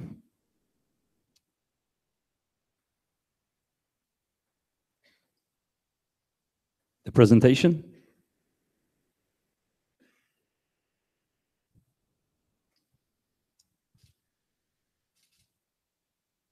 Two years ago, I was living in Argentina, but my father was all the way in England. It was the Volleyball World Championship finals, and my father rang me on the phone to try and to watch it together. But we couldn't see each other. So we quickly moved on to Skype to be able to see each other's smiles, reactions, comment the points together, and even open beers together. And as humans, we've been used to watching together since the 50s, on the couch. But how do we do this today? We create WhatsApp and Facebook groups to talk about the things that we're watching. And on YouTube, really? A text chat? This is how we watch together? So this is why we built Say Yeah. Say Yeah is for watching sports together with your friends, so you can live the moment together and see the reactions as things happen. Let me show you what watching a football match with the Say Yeah technology experience is like. You see the goal in, and you see your friends' reactions right there. You can celebrate together and see their reactions live, face to face. We've even had Mary Meekers from her Internet Trends report from June, her approval. She predicted the future of sports is watching it together, except she predicted with a text chat on Twitter. So why this? We spend 1 hour a day watching videos online. 2.3 million people watch the BBC iPlayer UEFA Euro Championship finals in France. But what was the experience like? It was like this. I don't see my friends here. With the Say Yeah technology, we bring this experience to face-to-face interaction. Or let's take esports. 130 million spectators around the world. This is what an esports tournament can be like for the fans. Our business model? We white label our solutions for media companies and broadcasters. During our POC, in the last 6 months, we've worked with various brands, ranging from music festivals to Vans and to even Coca-Cola, but we found the most engaging is around sports. Why is this? It's friends inviting friends to watch together, and also the conversation is private and not scrolling through millions of messages in the public chat. Today, the OTT market for video is worth 24 billion. By 2020, it will be worth almost 50 billion. Who are our competitors? They're mostly old companies. Sorry, why is this growing so fast? Because sports clubs are moving on to OTT, like Chivas from Mexico and Chelsea Football Club. Also, media companies are going online, and even brands creating their own TV channels. Who are competitors? Mostly old CDN and player providers like Kaltura, the platform, and Oyala. They provide the player and the CDN. Others also provide the shopping experience and the payment gateway. And we concentrate on the watch together experience about the fans, which is what sports is about. So the team. Gabriel was a presenter at MTV and Coca-Cola. He knows about fans' engagement. My name is Paul. I had my first startup at the age of 17 back in 1998, Skipworth. Then I was a product guy at AOL UK. And finally, I was promoted to head of ad sales for MTV Latin America, which I took the business from 0 to 6 million. Jonathan does our negotiations. He used to negotiate for Wise Group for Coca-Cola in concert. And our CTO, Aaron, is from Israel, previously a backend developer, and most recently head of R&D at Shell Netherlands. He knows how to build big scalable systems. On our board of directors, we have Andy Chen, who most recently sold Tidal to Jay-Z for 56 million, and also an advisor, Benno from Credit Suisse. We got to the semifinals of Richard Branson competition just a couple months ago, and also to the semifinalist of Telefonica Open Future Innovation.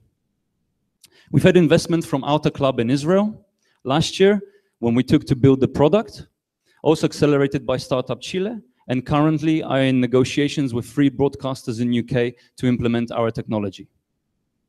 So remember, next time you're watching the Olympics and you want to watch it together with your friends, only say yeah. Thank you.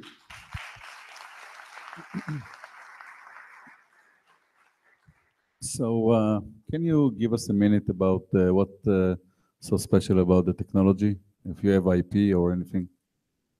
We don't have an IP at the moment. We've brought the latency down as much as possible on the peer-to-peer video, and also with a mixture of taking it through a media server to maintain the quality and the drop. So you have administrator, or how can I watch it with you? What should I do? So I want to watch a game with you. What should I do now? So we are B2B to broadcasters. So they implement our technology on their existing platform. Right. And then you invite a friend. So it can be invited through Facebook connection, WhatsApp, or an SMS or an email. You invite the friend arrives, watches the same thing as you watching, and turns on their camera so you can hear each other and live that moment together. And how you secure the quality of service? So we have some custom technology that we've built to maintain that the call is not dropped. I was doing a live demo previously with the guys from Microsoft and Accenture. We were watching something with a friend in Germany. So we have some custom technology built so we don't drop the peer-to-peer video. Where are you based? In England, but most of our R&D is in Israel because our CTO is Israeli.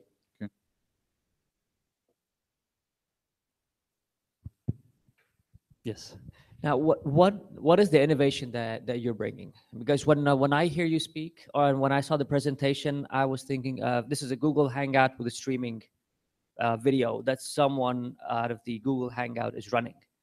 What is different? What would not allow other companies to come in and take over the market, especially companies with big names? So Google Hangouts, Skype is focused on productivity and also video chat. We are the first one to provide that to business. Obviously, they would have to create new brands, I think, to move into the area. And it's a simple thing. Why haven't they done it then? Because we saw an opportunity. It came from a personal experience. But talking together today to people, they're saying, yeah, I have WhatsApp groups. So they can come in, but we will keep innovating, and we already have ideas for making virtual gifts. So you can have a trumpet, you can have your team's shirt. This is about fans and audience engagement in the sports.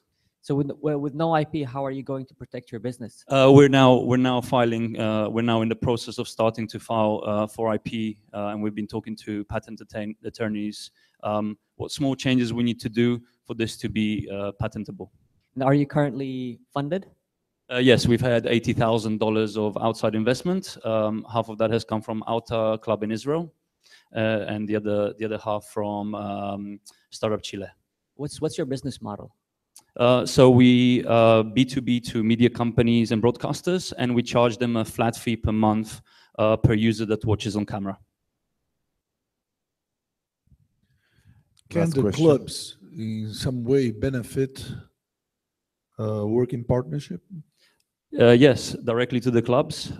Some of them, we saw Chivas from Mexico, the biggest football club in Mexico, took their content rights from Univision and brought it in-house. So clubs can also go directly to consumer. We provide the whole platform and also the watch together experience. Okay. Paul from the competition in Great Britain. Thank you. Thank you. Marcos.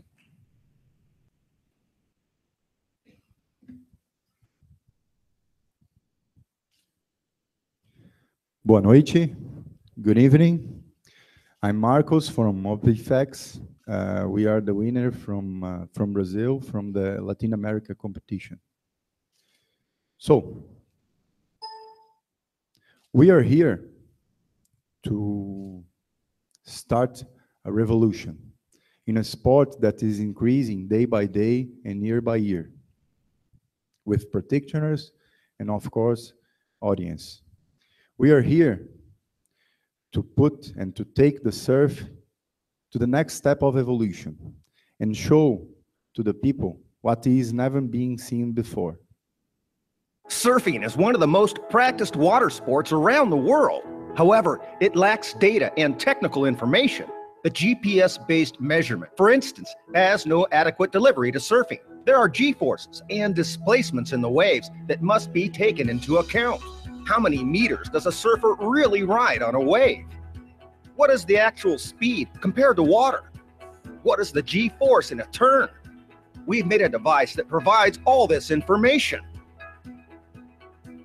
Made by sports experts who have developed several prototypes, as well as done a series of tests until reaching this current concept. Feasible, user-friendly, and scalable equipment.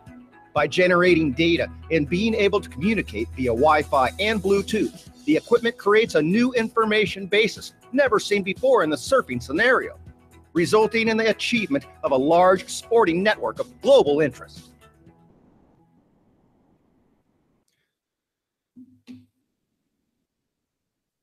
So, this is the unique solution, unique hardware that can bring us incredible informations about the sport. It can be used not only in surf, but any other board sport. We can say bodyboard, windsurf, and mainly in sailing.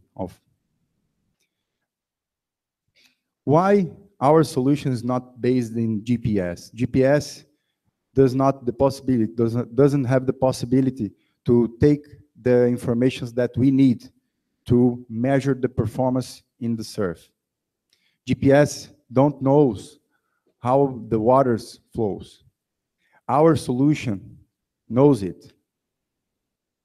We deliver speed, distance, G-force, air maneuvers, spatial position, temperature, and all of these we can broadcast in a real-time fashion.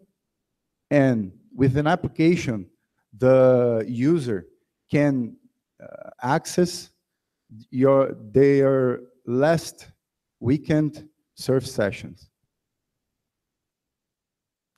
So, today, there is about 40 million surfers around the globe and crowds of admirers and audience. Our solution going to the market, it's targeted to $150,000, $150, and more than that, we have other income possibilities from applications and the whole telemetry for professional competitions. Our strength, we focus on our team. We have more than 130 years of experience, a little white hairs, but experience. From engineering to design, from business to marketing, we have already granted patent in Brazil, in Australia, in the US, and in Japan. So, once we dreamed that surf will be an Olympic game. Now that we see what we can deliver, we ask you to dream with us. Imagine Optifex enriching the whole experience of surf with the crowds that will watch the Olympic Games. For surfing, there is no solutions that can deliver what we deliver now. Thank you very much.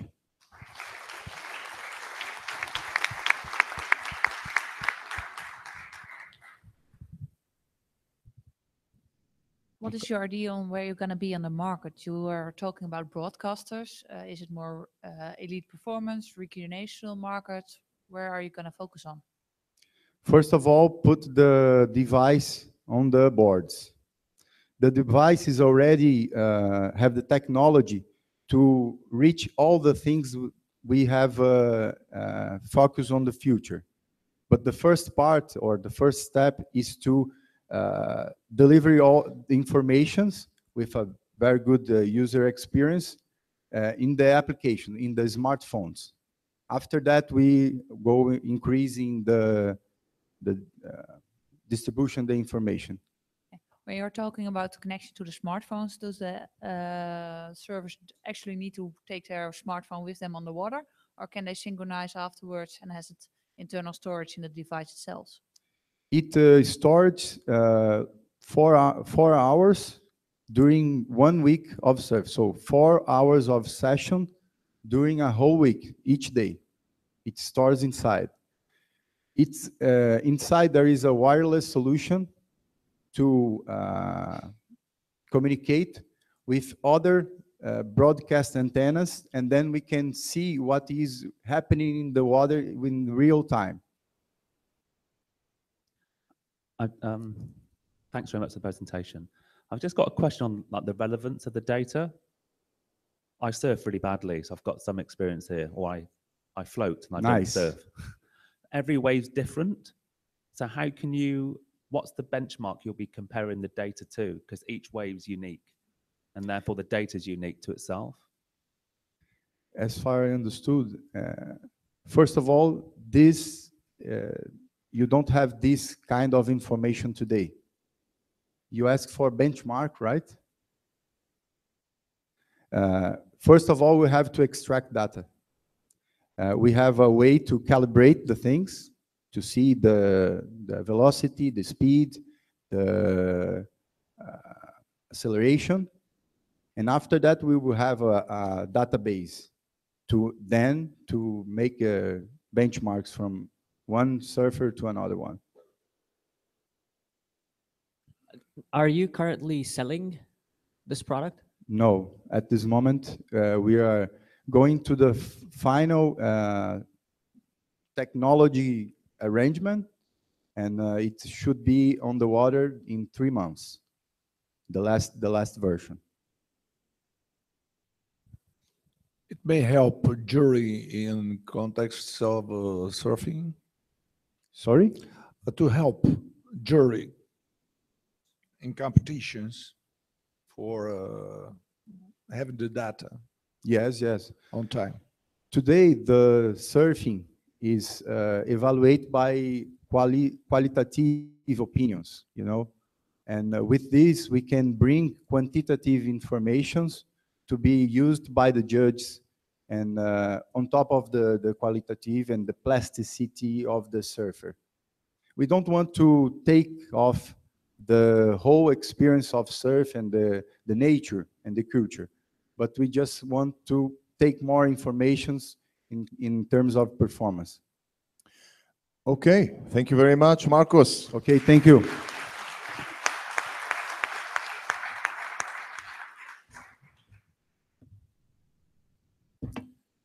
Okay, we just completed the 8 finalists. The game plan, just as we just to understand where we are now, we are inviting now the jury to to go to their special room and to take their decision. Meanwhile, we're going to have one presentation about Startup Nation, short presentation about Startup Nation, and then we're going to have, and we probably will wait for the jury to be back, for the top 50 program to enable you to see 8 just short, very short, brief, 1-minute pitch of additional 8 amazing innovations that came out through this platform. So we invite now the jury, together with Jorge, to go to your room and come back with your verdict. it's a good time, I think, to clap and to thank all the startups, all the 8 startups for their amazing work.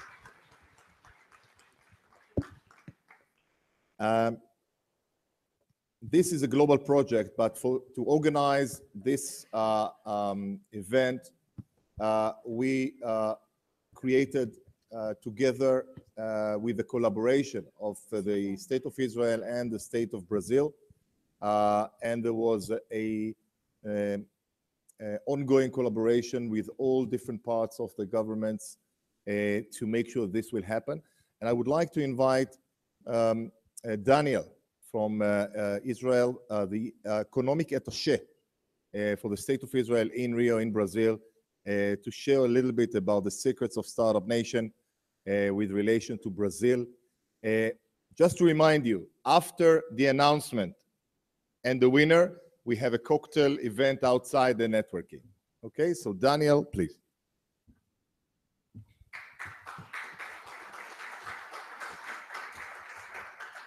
Hello, good evening, shalom, boa noite. How many here are not Brazilians? You can raise your hand. Okay, good. So I'm going to talk in English. I actually prepared the presentation in Portuguese, but that's fine. I was asked, Amir asked me to be to entertain you guys while the jury is making their decision. So I'm your cheerleader, and I'm happy about the opportunity actually because I would like to talk about my startup. My startup is the Startup Nation. So I'll take the next few minutes to talk about this very exciting startup. And this title here says, so it's Startup Nation. It's a center of innovation to make the world a better place. Because in the end of the day, this is what we are really trying to do. Okay.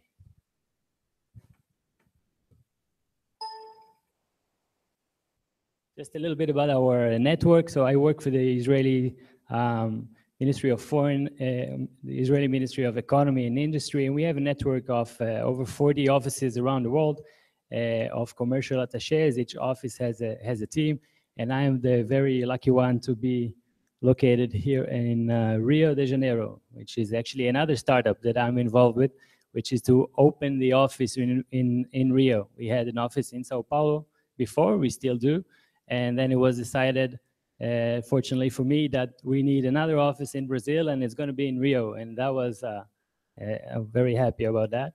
And we have expanded since in Latin America. I have some more offices now in Chile and in Peru and in Mexico and in Colombia. And the idea is really to make the bridge between Israel and the countries where we are located and promote cooperation and trade and investments. And this is what we do. Now, I can't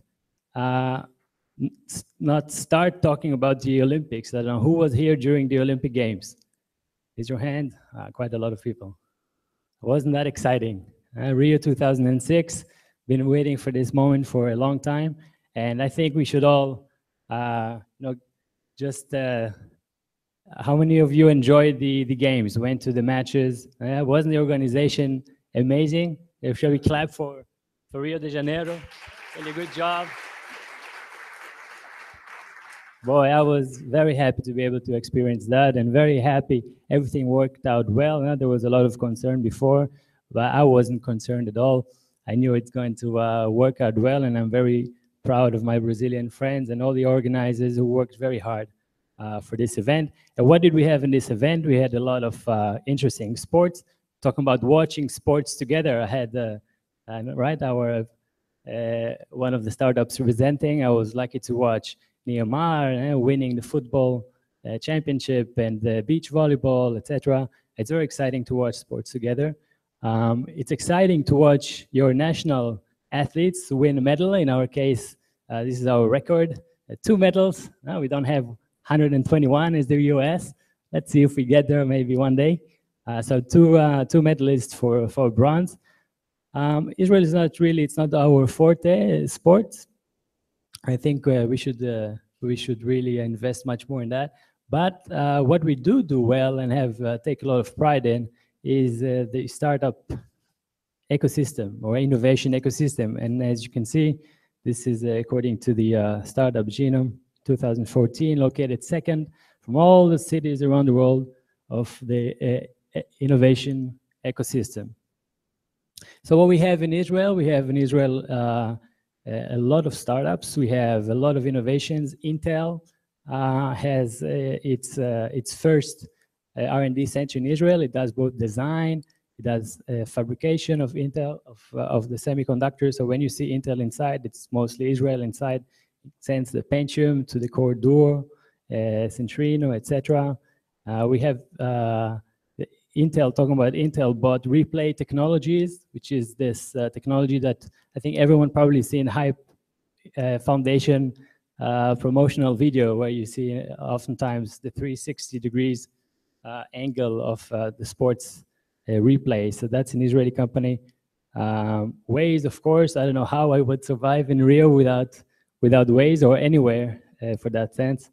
ICQ, which was sold to AOL, started the whole instant messaging, but a lot of in other areas as well, such as drip irrigation, changing the way we grow food, enabling to grow food with much less resources and wasting less water. Of course, the disk on key, Viber, all the technology for voice over IP, and the list goes on and on. So we have a lot of that in Israel. We have about 6,000, and this is I haven't been modest here of giving us a gold medal, a few gold medals, just to compensate for our lack of medals in the Olympics. So highest density of startups per capita, we have over 6,000 in Israel. Only in 2015, 1,400 startups were created, and we have a table here of how many were created each year, how many still exist, etc. Also, the availability of venture capital funds in Israel is the highest per capita, which is obviously necessary for an innovation system. We have the availability of engineers, of programmers. It's the highest per capita, with about 135 per 10,000 people. In second place, we see the US with about 80. These very highly qualified workforce is very attractive for large multinational companies opening R&D centers in Israel. So we have about 300 of those, and every other week we read about a new one that's opening. So companies like Facebook, Apple, Microsoft, etc., they all purchased already numerous Israeli startups, and they're doing their R&D activities from Israel, from 5 different locations. There's in the north, in the south, a lot in Tel Aviv, a lot in Haifa, where the Technion is, and in Jerusalem as well, which is becoming an increasingly interesting innovation center. We have the highest ratio of patents, medical patents per capita, and quality of R&D and innovation. That's according to IMD Institute in Lausanne, and 12 Nobel Prizes, which is very cool. This is Ada Yonat, which is one of the recent laureates. She won in chemistry. So the secret recipe, how does this work for people who haven't been to Israel and perhaps would like to consider visiting? I've drawn here a little diagram here, which starts with the excellence of the academic institutes and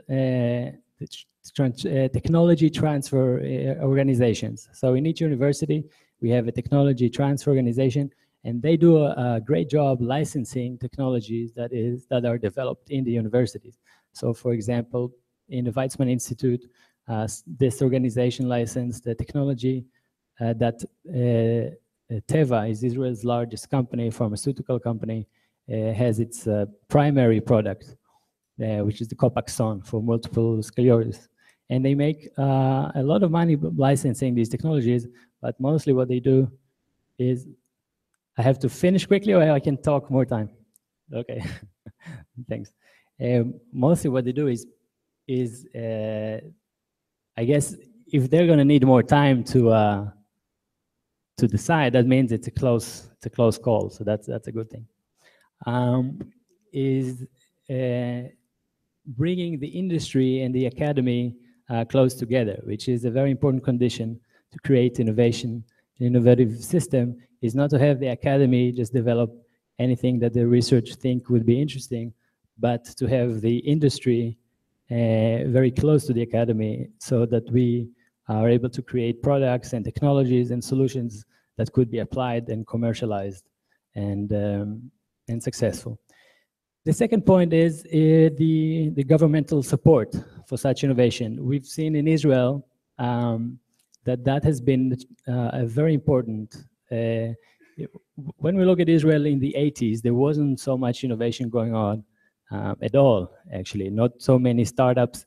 It was nothing like we have today. And then at some point, there was a new program, a new fund was created where the government matched what the private sector would pay for a fund managed by the private sector. And we've seen this gave a huge boost. And ever since, Israel, through its, now today is called the National Authority for Innovation, invests in a lot of countries, but not invests taking equity in those companies, but actually gives grants. So we have a lot of companies, since the smallest startups to the largest companies, they get grants from the government. And the idea is simply to share the risks with the startups. That's been working very well for Israel, because if the company needs to put all the money for an innovative idea, innovative means that it's a risky idea because it could not work. It might not work if it's an innovative idea. So the government invests. They say, okay, here you get always maximum of 50% of the amount of the project, of the R&D project. And if this project is doing well and there are sales generated from that, and then this grant becomes a loan, and then the company is paying that amount back with very low interests.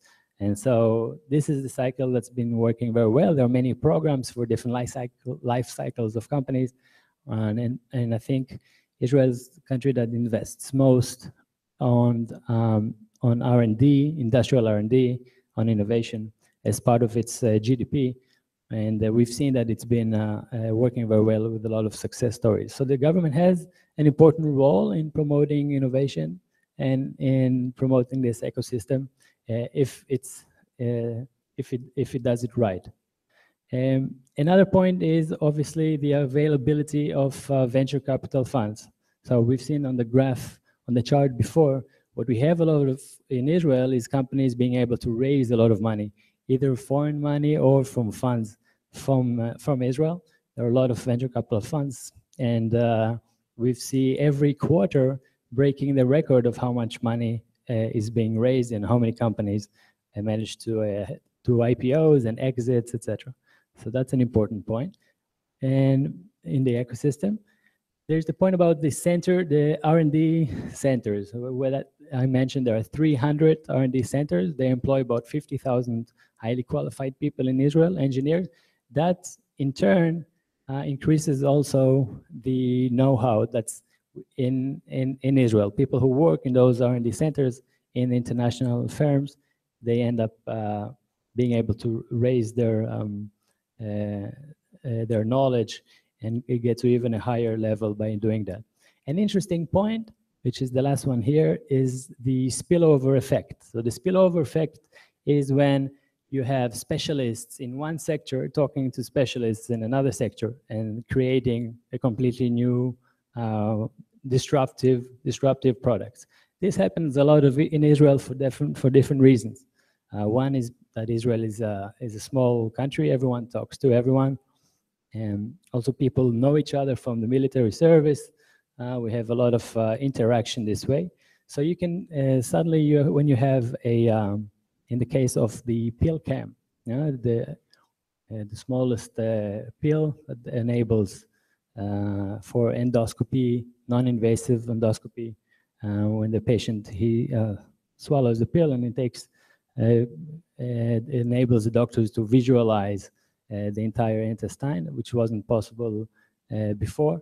And this is a cooperation of scientists from the medical area with scientists from the rocket science area to put a miniature camera used for science on a pill to create a completely new product. And so this happens with health in IT. This happens with IoT, this happens in telemedicine, etc.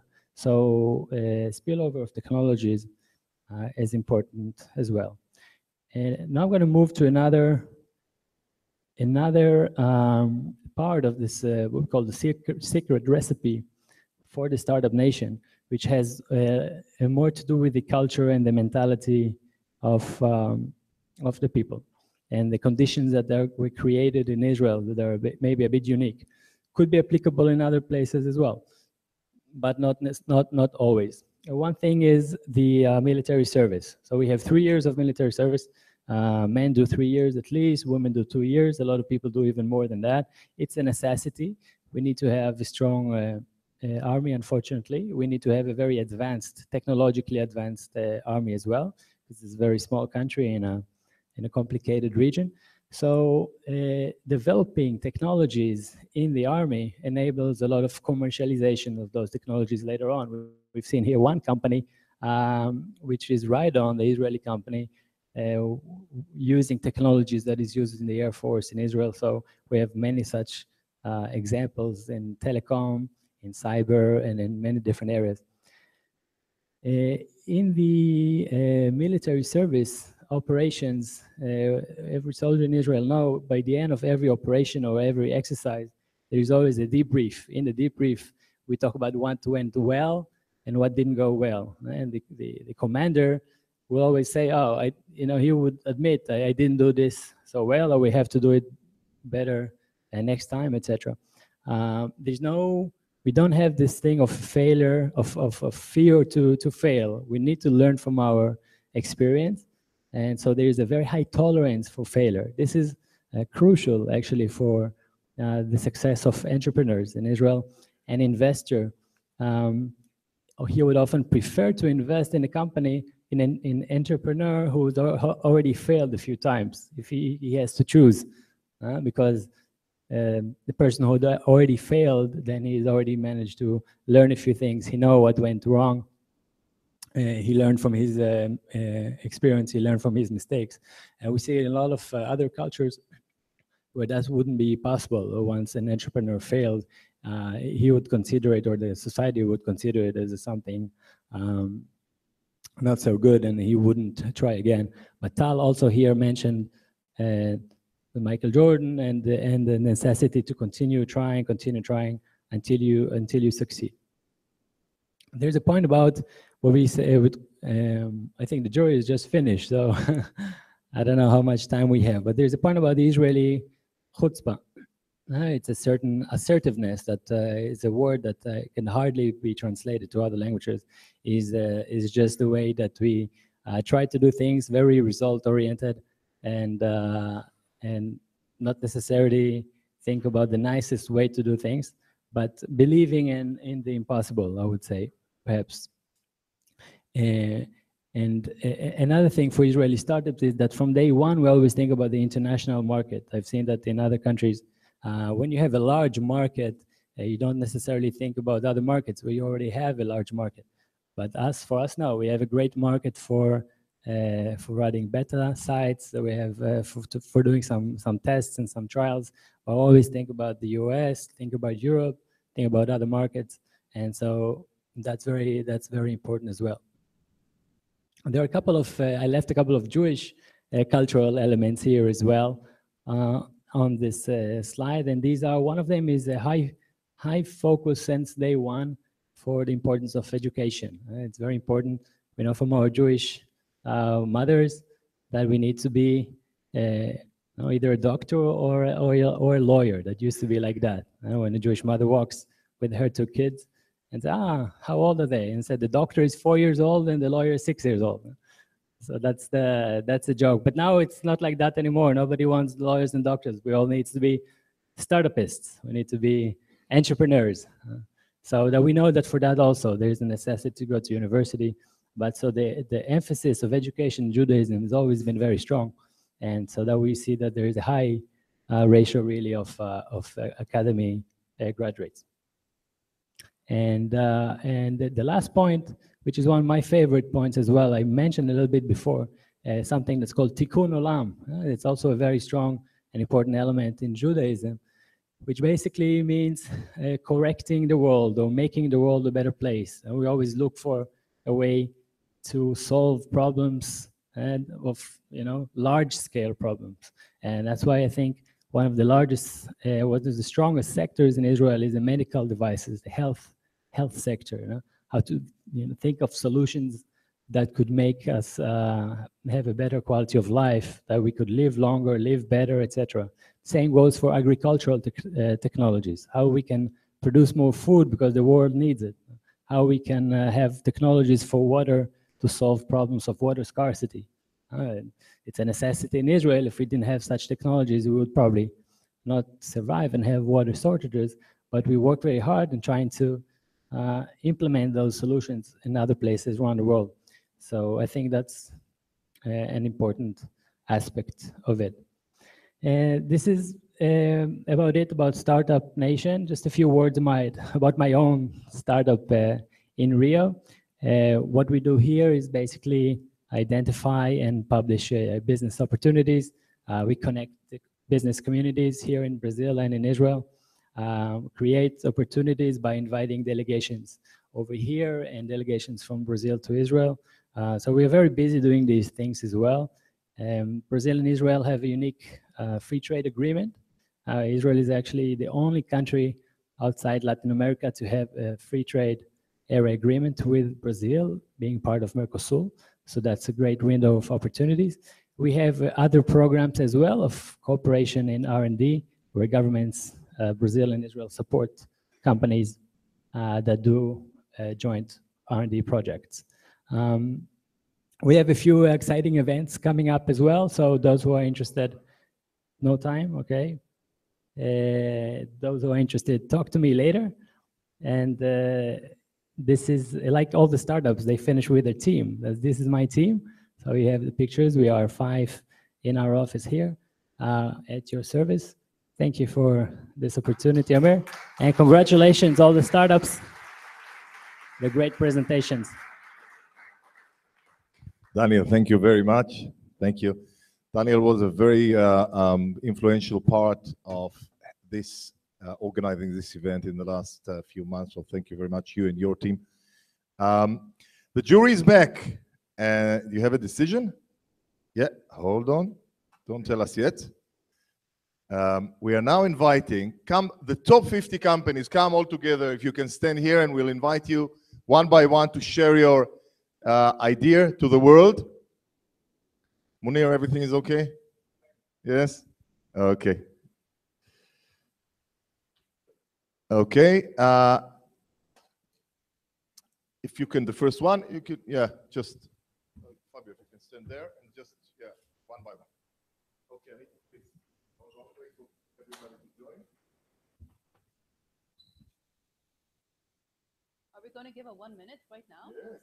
Okay, but then I need one here. Okay. You're on the middle of the screen. Yes. Okay, good evening, everyone. I am Anita, and this is Sasha and Luca from Body Recog team. We come from Zagreb, a city with 1 million hearts, and that is the capital of Croatia for those who don't know. And today we are presenting to you Body Recog, the body shape tracking app. It does 3 things for you. First of all, it tracks how your body changes over time as a result of a diet or exercise program, but also as a result of a medical therapy or medication. And it shows you in centimeters or in inches where you have lost fat or gained muscle.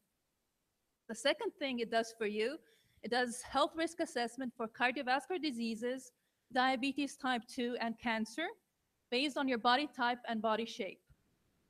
Third thing it does for you, it actually gives personalized health recommendations. And so, how do we do that? How do we determine your body type, body shape? 10 seconds. Okay, we do it with 3D scanner, and we also do it with a 2D photogrammetry. If you want to learn more, come and approach us at our table. Thank you. Okay, thank you very much. Body Rec. Yes. Now, antelope. Philip. Hi, my name is Philip. Exactly 5 years ago, I was 10 kilometers into a race, swim race through Lake Zurich. And they got me out of the water because I couldn't do it anymore. I had 16 kilometers to go. Then with my friend and co-founder Kai over there, he gave me a chance for the next year with electromuscle stimulation to get race ready. So I actually finished 26 kilometers of swimming in 12 consecutive hours. We were both amazed of what is possible and that you should not accept limits for yourself. So your limit is not really your limit. That was the one learning. The other one, that this technique is more than just enhancing performance. It's about really gaining quality through exercise. So that's why we set out 2.5 years ago to develop Antelope. It's a sportswear which you can try out, and I think some of you have done that already. You can try it out on different muscle groups. It's an amazing experience to feel a contraction of your body which feels natural, but on the same time is not voluntarily. It's a great way to exercise. Thank you. Thank you, Antelope. Philip. Natko. Hi, guys. This is my team. I am Natko. I'm a medical doctor, and this is my best friend and partner, Rafael. He's a neuroscientist. I'm a radiologist. Together, we're working for 10 years now to help sports people enhance their performances. And Marin, our athlete, he's the one that we started to work with. Today, we have thousands of hours of research in many sports fields, and we are trying to get mental training on a complete new level using neurofeedback and dedicated apps for every sport specifically. We worked with many athletes, with all our NBA players from Croatia, so 4 of them. We worked with many Olympic gold medalists and world champions, European champions. We all have them in our small country that is dedicated to sport. So that is why we started this whole program, Neurofeedback in Sports, with dedicated apps for every sport specific. We have now archery, shooting, basketball, and golf. We will do tennis, and we will also do combat sports because that's what we're good into, fighting. Okay, thank you very much, Natko and the team. Mateus. Boa noite. Good night. My name is Mateus. I'm the CEO of 9 Sports. I used to be a football player and also a sports fan, and I face myself with a problem. When I want to find information about my favorite teams, my favorite idols, from products, tickets, I do not find it. I have to go to so many different places, so many different apps, and so many different social media.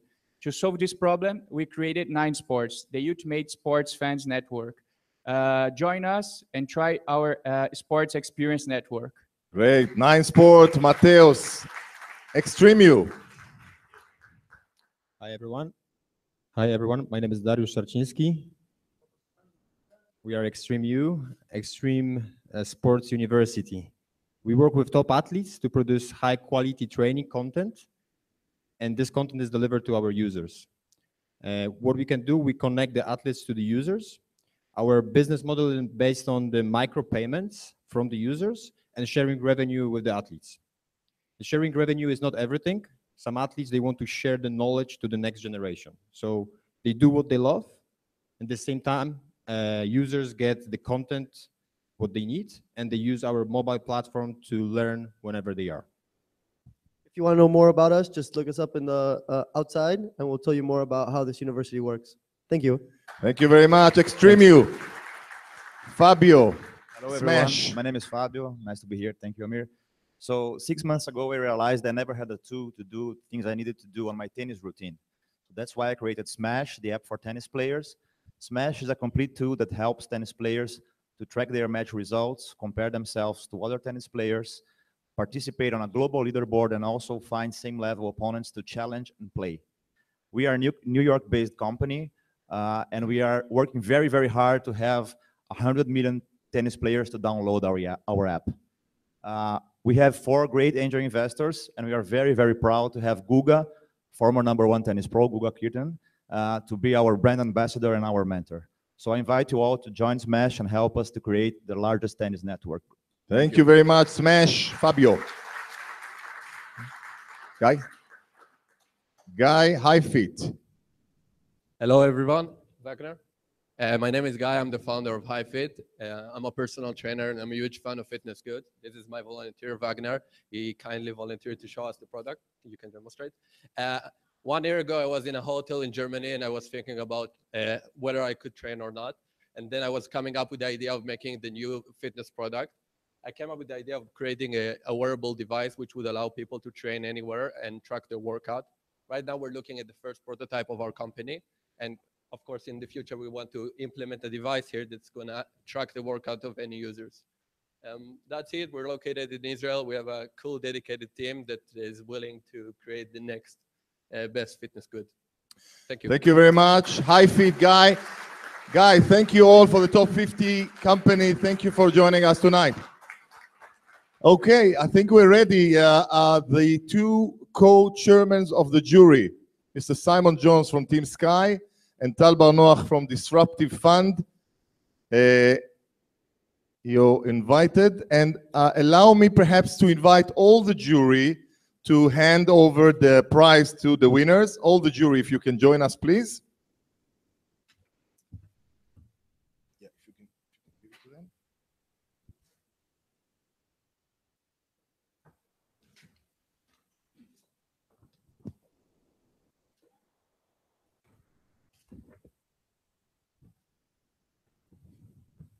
So, first, again, thank you for everyone that gave the pitch here. You all did a great job. So this is for you. It was a great event and great pitches. So thank you for everybody that participated. Thank you, my colleague juries here for participating, and really. Was it easy? Tell us a little bit about what happened in the room. No, it wasn't easy. It wasn't easy at all. There was a lot of discussion, some debate, but I think that we all came to the right conclusion about the top three. Okay. So number 3 is Ride On. Ride On.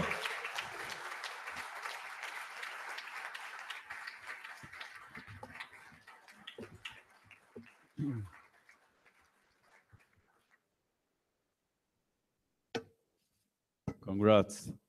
Good job.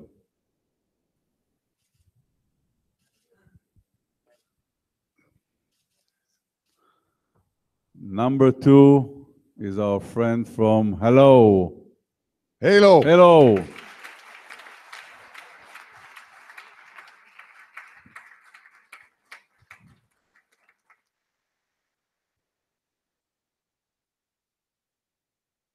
Good job. Yeah, stand for the, take a picture, yeah. Yes. Okay. Yeah. Sure.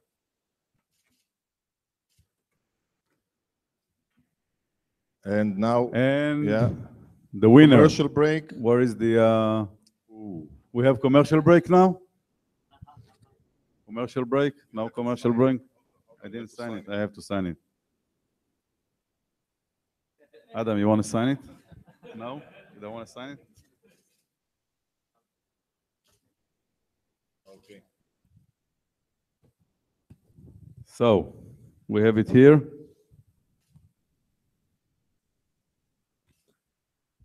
And the winner is. Hold on, any guess from the crowd, maybe? Oh, okay. The winner is, and the jury will say it with me together. When I say 3, 2, 1, the jury will say who is the winner. All right? 3, 2, 1. Stride!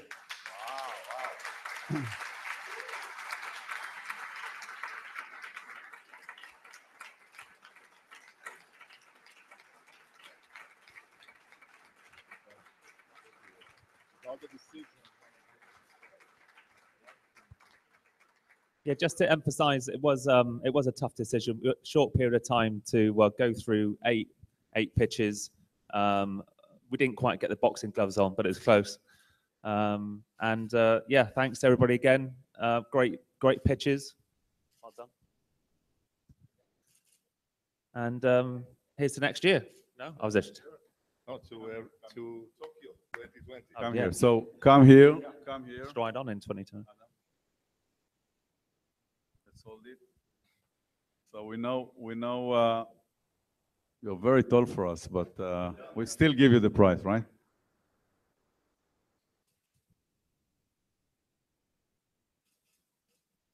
You got it? Okay. Thank you, guys. Thank you. Congrats. Thank you very much.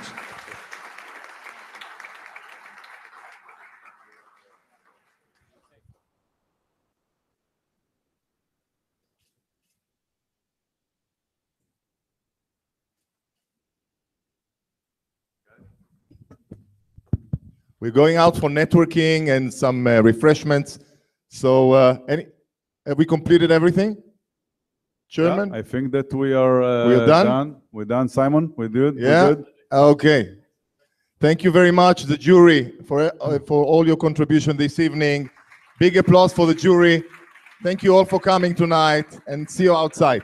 Thank you. See you in Tokyo, Tokyo 2020.